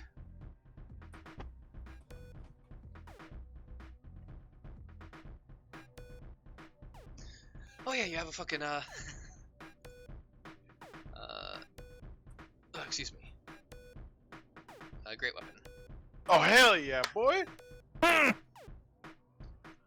So hell is your great weapon? What is it? it's a big ass sword. It's a long sword. Big ass sword, okay. Got the I Cloud thought you were Strife sword? I thought you were rocking 2 small swords. Fuck, alright. That's what I would like, but starting assassin gear was either a shotgun or a great weapon and a freaking revolver, so it's like, well. Hell yeah. Dude, here, I'll just cut that sword down the middle with my chain blade, and then you'll have 2 swords. It's that simple. There's nothing with the unbalance I have to worry about, right? Unbalanced. The big thing to note about that is I believe it is either It makes you some cannot skills. parry with it, or you take a minus 10 to parry, and I believe it's either unbalanced or is it unbalanced or unwieldy? Unbalanced. Then yeah, it's just a minus 10 to parries. Okay, one of these actions in combat was like, if it's unbalanced, you can't do this. So. Ah, yes. 20%, stuff like Unbalanced. That would be swift attack. If you have swift attack or lightning attack, you cannot. It might just be lightning Yeah. actually. You cannot utilize them with was. a great weapon. And then the like the old ways, making primitive weapons be proven instead of whatever the thing was. Yeah, that would work on this. That won't matter in this case because proven just makes it so if you roll 3 or under, it's always counted as a 3. Oh, okay. I was wondering what that meant. Yep. Basically, you will always effectively roll a 3 on damage. Another weird thing in this is it hasn't come up yet, but you can actually exchange your damage, like one damage roll with your, I believe, degrees of success. I need to look it up again. But there's like a weird fucking rule about that. Either way, it doesn't matter. This guy, Yeah. you bring your blade into him, and straight into his body. Let me get to the critical damage section. You immediately put him into critical damage and probably dead. The reason I won't just immediately kill him is because it might give me the option of actually going into critical damage, but it's probably going to kill him anyways, I believe, because that would be dealt 16. He would be at 14, that would be -6, which I think is Crackhead just probably jumped either out dead of the garbage can and Dylan spun around, just fucking haymakered him.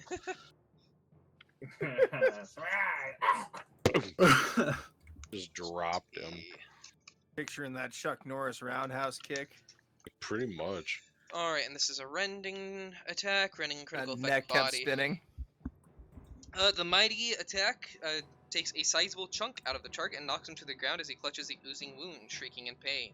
The target is knocked prone, suffers blood loss, and suffers 1d10 toughness damage. So the way that critical damage works in this, instead of being immediately like knocked out when you go below 0 HP or anything similar, depending on the location of the hit and the amount of critical damage you have, you not only take penalties to basically everything you do when you are in critical damage, but there is specific critical effects for each damage type to each location depending on the amount of damage you have there at the time. And it isn't like you go to -6 and then it's back to 0. You stay at -6 and the next hit would bring you even lower, dealing the next critical effect. Basically, all critical effects of 9 or 10 are death, and then anything above 10 is the same as 10.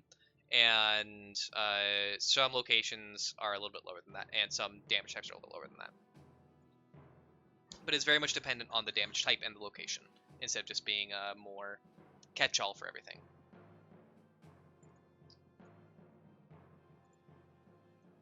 So... 8... So he is currently prone, bleeding out, and screaming on the ground, as a large chunk of his chest has been taken out from your slice. Technically still alive, but we will go ahead and consider this guy dead for now, because ain't nothing he's going to be able to do now. It is then going to go from Xana to Jethro. Your turn. You are currently engaged by the one to your right, the one above you, and that means you would not be able to utilize your shotgun in melee range. However, if you took a step back, you would provoke, but you would immediately be able to shoot him with your shotgun as well, and you would gain the point-blank bonuses. I will do.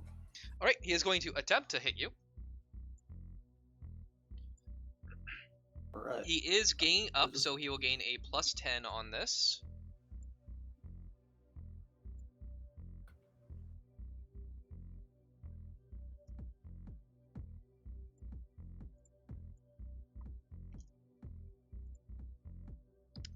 And he will miss. Hey, well, that's good.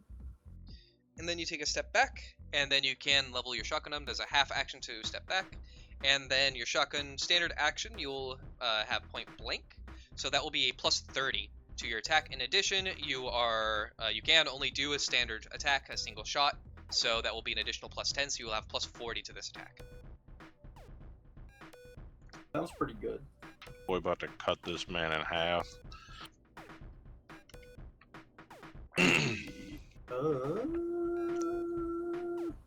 This one? Yeah, okay.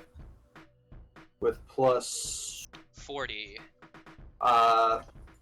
Wait, did you just disengage though? No, he took the attack. Oh, okay. Yeah, that's what I'm swinging for you. Yeah. I can only do up to +20 on the thing, so... What? The drop-down menu, not a... No. That's when when you're making the attack. Yep, so when you click... Like there'll be a little pop-up window that appears that you put that in. Yep. Similar to like a power attack in a 3.5. Yep. Yeah, like, I assume I just use the hit button, right? Click ballistic skill. Oh yeah, Like, in right your to the actual left of whatever stats, you not on remember. the... The hit Not- is, I believe, if you actually get a hit, and that's for damage. maybe. I don't know. There's No. a damage button Okay. as well. Let me There's pull hit up my and character damage. sheet.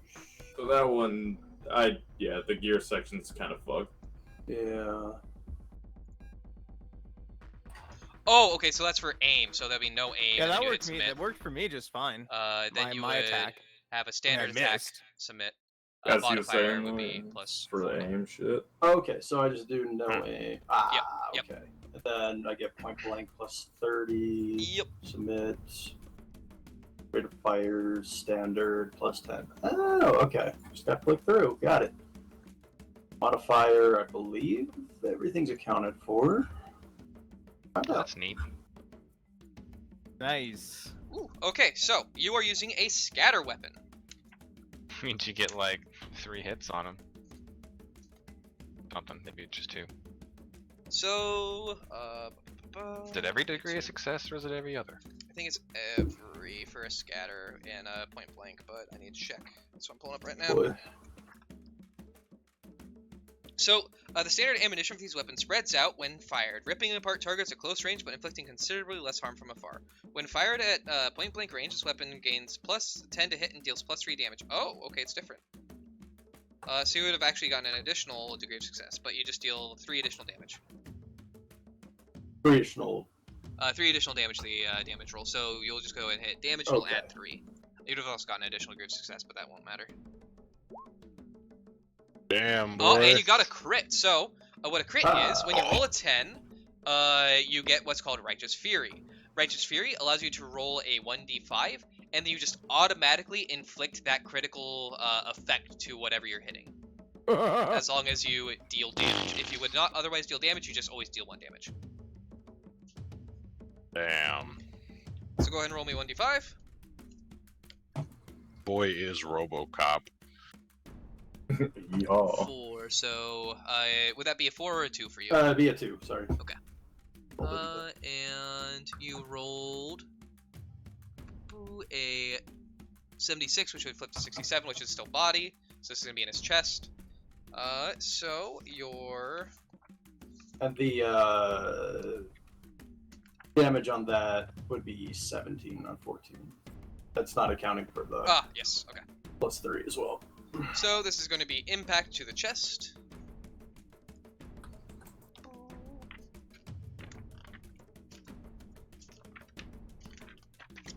So the first effect that would hit him with impact to the chest is going to be the impact punches the air from the target's body. He suffers 1 level of fatigue and is knocked prone. In addition, he takes 17 damage with no pen, so that is going to be minus 2, 15 damage, so that would be minus 7. In addition, with an audible crack, 1d5 of the target's ribs break, permanently reducing the target's toughness characteristic by 1d5 until he receives medical attention. At the start of each round, where he takes an action, I would roll a 1d10. On a result of 1 or 2, the character dies instantly as the shattered rib pierces a vital organ. Oh. We'll just go and say that immediately a thing pierces a vital organ. You got a punctured lung. Got some crack. You drown in blood. He is singing going as he is just drowning in his own blood. Alright, and then it is going to go from your turn to top of the initiative with Ishmael. Alright. Don, what's the range for point blank? 3 meters or half of your weapon's range. Whichever is less. Okay. Alright, I'm gonna attack this boy. Basically, it's are you using a Melta? Then it's like 1 meter. If you're not using a Melta, then it's generally like between. I like, assume 5 to- 1 square is 1 meter. Yes, it's 1 square per meter. Sean, if I knock down... Damn it. I scrolled past it. Do I do damage or I just knock him down? With knockdown, you just basically knock him over. Okay. Gotcha. Well, not yet. So And we're if they gonna stand attack. without a thing, then you get a free attack. Yeah, we attacking this boy. What was that all-out attack do? It makes it so you gain a plus 30 to the attack, but you cannot take defensive actions. So you would not be able to parry or dodge. With the knockdown, you can choose to deal damage if you succeed by a number of degrees of success. Okay. It's not much. So I it's mean- 1d5 minus 3 plus your strength bonus. We're all out, baby. We're going for the moon. All right. Well, then all-out attack will replace the typical bonus. In the drop-down, I believe it should be. Yep. Noted. So. No extra modifiers, right? Nope. Okay. All right. You will hit. You will attempt to dodge.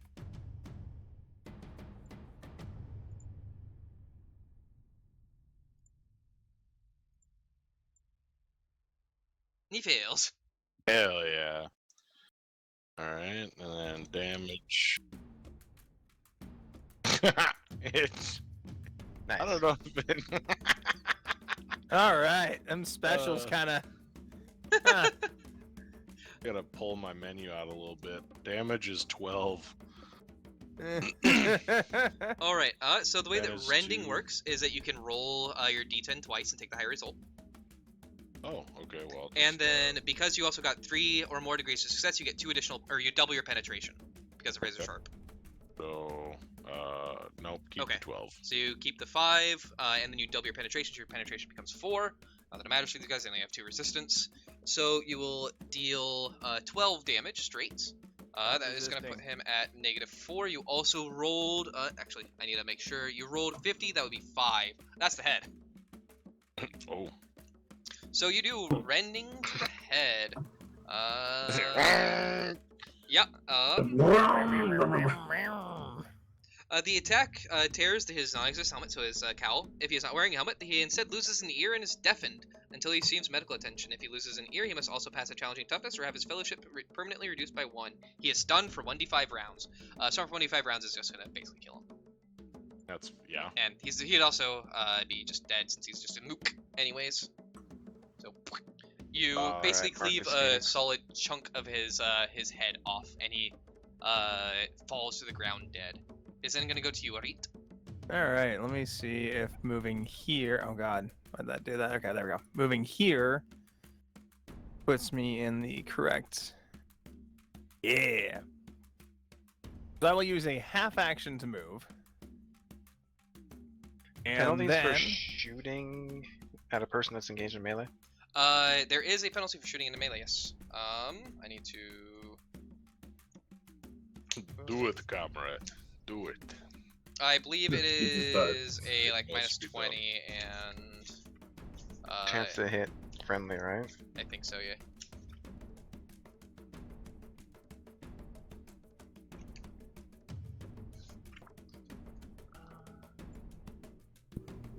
You, I just roll want- girl. Shoot. Now. Do I it. just want the commissar to get shot in the back of the head. Yeah. Shooting in melee is a -20.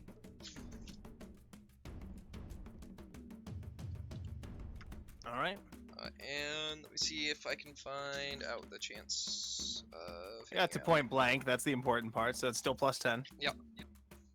Just from range, and then you get an additional +10 for single shot if you take it. So. I'm going to do a single shot. I'm getting the point blank range. I'm taking the -20 for shooting into melee, and then I will use a fate point to add the +10. Okay. Wow, Big oof. that was a bad roll in general.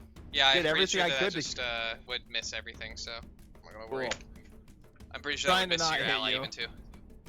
What was that? I said I'm pretty sure that missed the ally even too. Awesome. So Doing my best not to shoot you you- in the back, and I still missed entirely. Damn it. shoot the las gun, and you're trying to get a good shot around the person who with the chain glaive, and because that you're going really wide, and it just goes over the shoulder. Better over than through. Is it if you miss because of the minus, then it hits? I think it's probably something like that, but It But was if you more miss than by more of it, then it's fine. Then Yeah. you just miss everything. yeah, exactly. You got 2 additional thinking degrees, that's- so. How he didn't know me more. I mean, I'm be going through the book again here pretty soon. Now that I'm not writing those intros, Yeah. so that was that was a lot of time. It was over 40,000, not words, 40,000 characters. So you know, like 10,000 words. But it was only 5 characters. Ha! Whap. All right. I made a similar joke. Gilbert, it is your turn. We're 40k characters. Yeah. Elijah. Who Yeah. the hell needs 40,000 Your turn. Warhammers? Sorry, I did not hear that. Want a house made out of them. That's one of them. Alright. Let's do this, so. Got the one guy here. 40,000 needs more DACA. Needs more. Fucking gonna tap the head again. Needs Or more attempt dick. to. So since I'm in close, like, point blank. Yeah, point blank would be within plus 3. 30.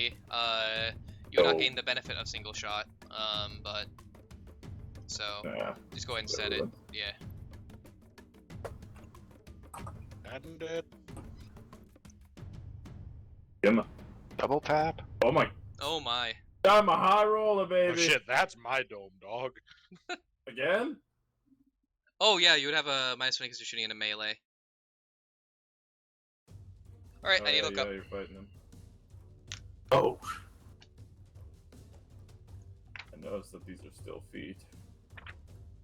But you didn't take the -10, right? So you'd miss by more than. Yeah. Miss Yeah, by it wouldn't 2 be the degrees. minus that caused him to miss. Ah, okay, yeah. You didn't No, throw it that's in right. there? Yep. And so yeah. you're gonna fucking TPK like Right. session one. So yeah, you will not be able to hit, Oh, well. and you will not hit your ally That'd be either. funny. Oh well.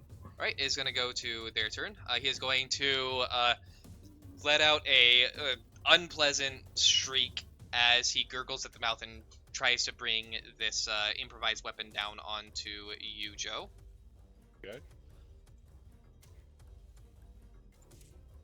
He's going to go in all-out attack. Hell yeah. Bring it. It's stabbed with a needle. Yeah. No, for real. That finger bone I bit off, yeah, that's what he's stabbing me with.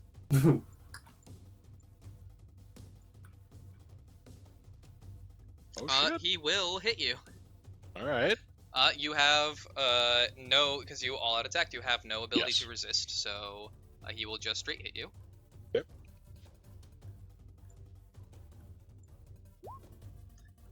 Dealing 6 damage to your. He rolled a 14, so 41. I actually believe that is. 41 should be the body. Yeah, I think so. 31 to 70 on my sheet says body. Yep. So that'd be body. So he brings his improvised weapon. This guy is using like a kind of bent tire iron that has a bit of a jagged, rusted spike. Oh yeah, Is, definitely got making out of tetanus. it. So he just brings that in. You feel it penetrate through your armor and stab you a little bit in the gut. Fortunately, the flak does prevent a good portion of it, but So I got 3 armor and 3 toughness. and fortunately, bonus. that means that while you feel it slightly dig into your flesh, it is not nearly enough to actually cause any notable wound. It's more just a scratch than anything. You are able to resist the entirety of the damage. Oh shit, okay. That's straight okay. Yep, But it just it's a reduces needle, it to so it's 0. still good luck. It is, yeah, it reduces damage straight, and the minimum is 0. So, Bro, crackheads, I'm a god. They Yep. can't harm me. it is then going to go to Zana. I still can't charge this guy, can I? You would not be able to charge across Stuff in the way. too Wait, much why stuff in the way. can't you charge? Too much stuff in the way. There's big ass benches. Okay. I thought you could run as long as the last 4 slots were straight. I mean, Yeah, it's a minimum of 4 meters. yeah, but And it's Oh! like I too would- close, yeah, basically. I would say that you would not be able to charge over benches. I That's would fair. be like, can I make an acrobatics check? Yeah, And I'd a allow really that. cool leaping I'd allow attack. that. I'd Jumping allow off the acrobatics bench. in that case, but Too you don't close have. anyway. Okay. Yeah, I guess I wasn't really registering these as benches in my mind, even though they are. So Yeah, they are like good 4 foot tall benches. So. yeah, no, that makes sense. You do a leaping attack. Do like the corkscrew backflip stab. You need to have the big hanging up in order to get bonus. or... No. You gain additional bonuses for that feat or talent. You just inherently gain a +10 bonus. But if you have that amount, you get an additional +10, and it increases the maximum bonus as well. Oh, we're gonna be best of friends. So up you will here. gain +10. Okay. Alright, let's try the hit button on melee weapons then. So, alright, no aim. Attack type standard. Oh, this is nice. Yeah, it is. The Yeah, modifier 10 from them, Yep, 10 from ganging up. from having a friend. He did not. He cannot dodge because he did a All-out attack? all out attack. So go ahead and 44. So you rolled a 64. No, you rolled a 21. So that's 12. I believe that is his arm, so you would not have to worry about hitting the thing to his left. So you're good. Go ahead and roll me damage. Hell yeah. 18? Yeah, 18. No pen. So 18 damage is going to be just for shits and gigs. Let's see what happens to an arm with a rending at -8. 2d10, boy, you fucking slaying.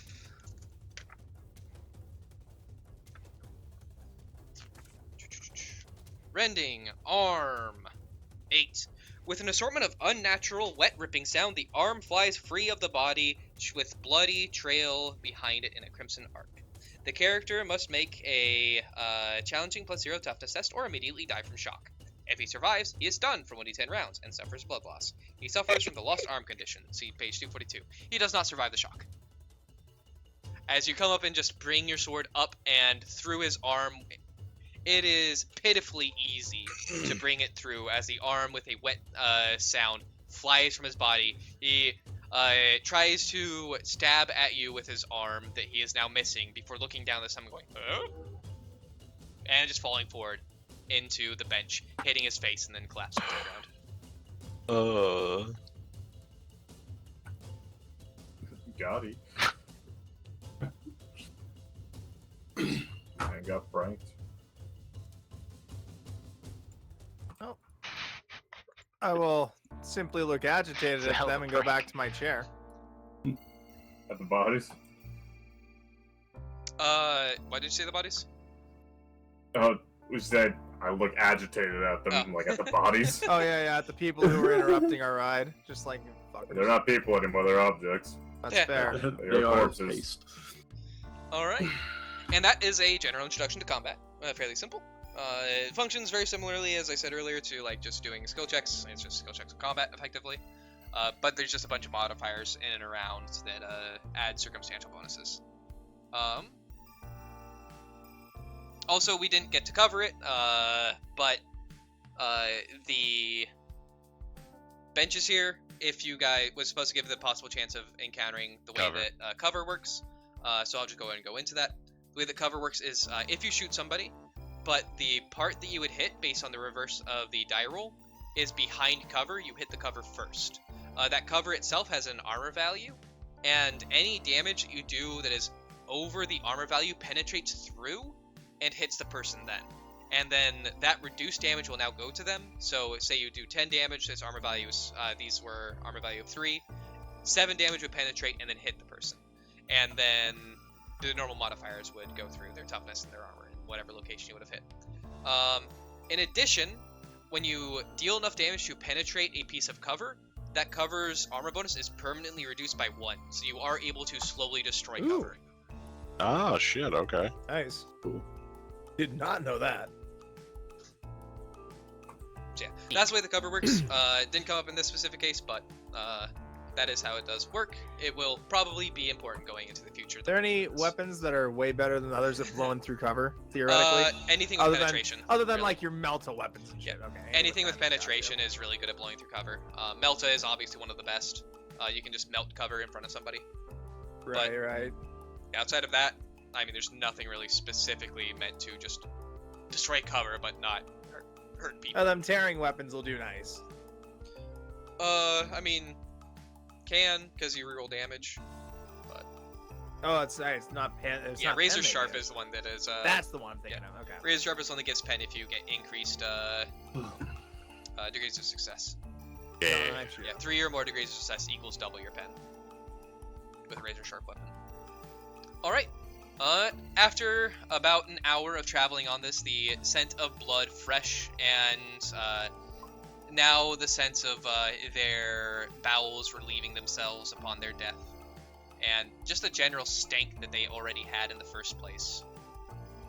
You guys are happy to get off onto the railway disembarkation point for the Coscarla district. Now alone in the single car, deserted but for your group, the rattling carriage breaks into another vast and dilapidated half vault and begins to slow. You look out upon a vista of vacant and decayed buildings in a worse state than any you have seen up until now, stretching beyond sight into a dark horizon beyond. The rail car shudders to a stop, and the doors open onto a wide, raised platform, devoid of passengers, save for a single huddled figure dressed in rags. The figure quickly bundles themselves on board, flashing a pass to the door mechanism with unseemly haste, and takes up a seat as far from you all as possible before you all disembark. The servitor then intones, Coscarla Southern Railhead. Passengers to Coscarla disembark. This conveyance will depart in. The rest is lost in a howl of static. This is Coscarla, and you have arrived. Alright. He did. All right. Yeah, boys, we beat the game. Easy.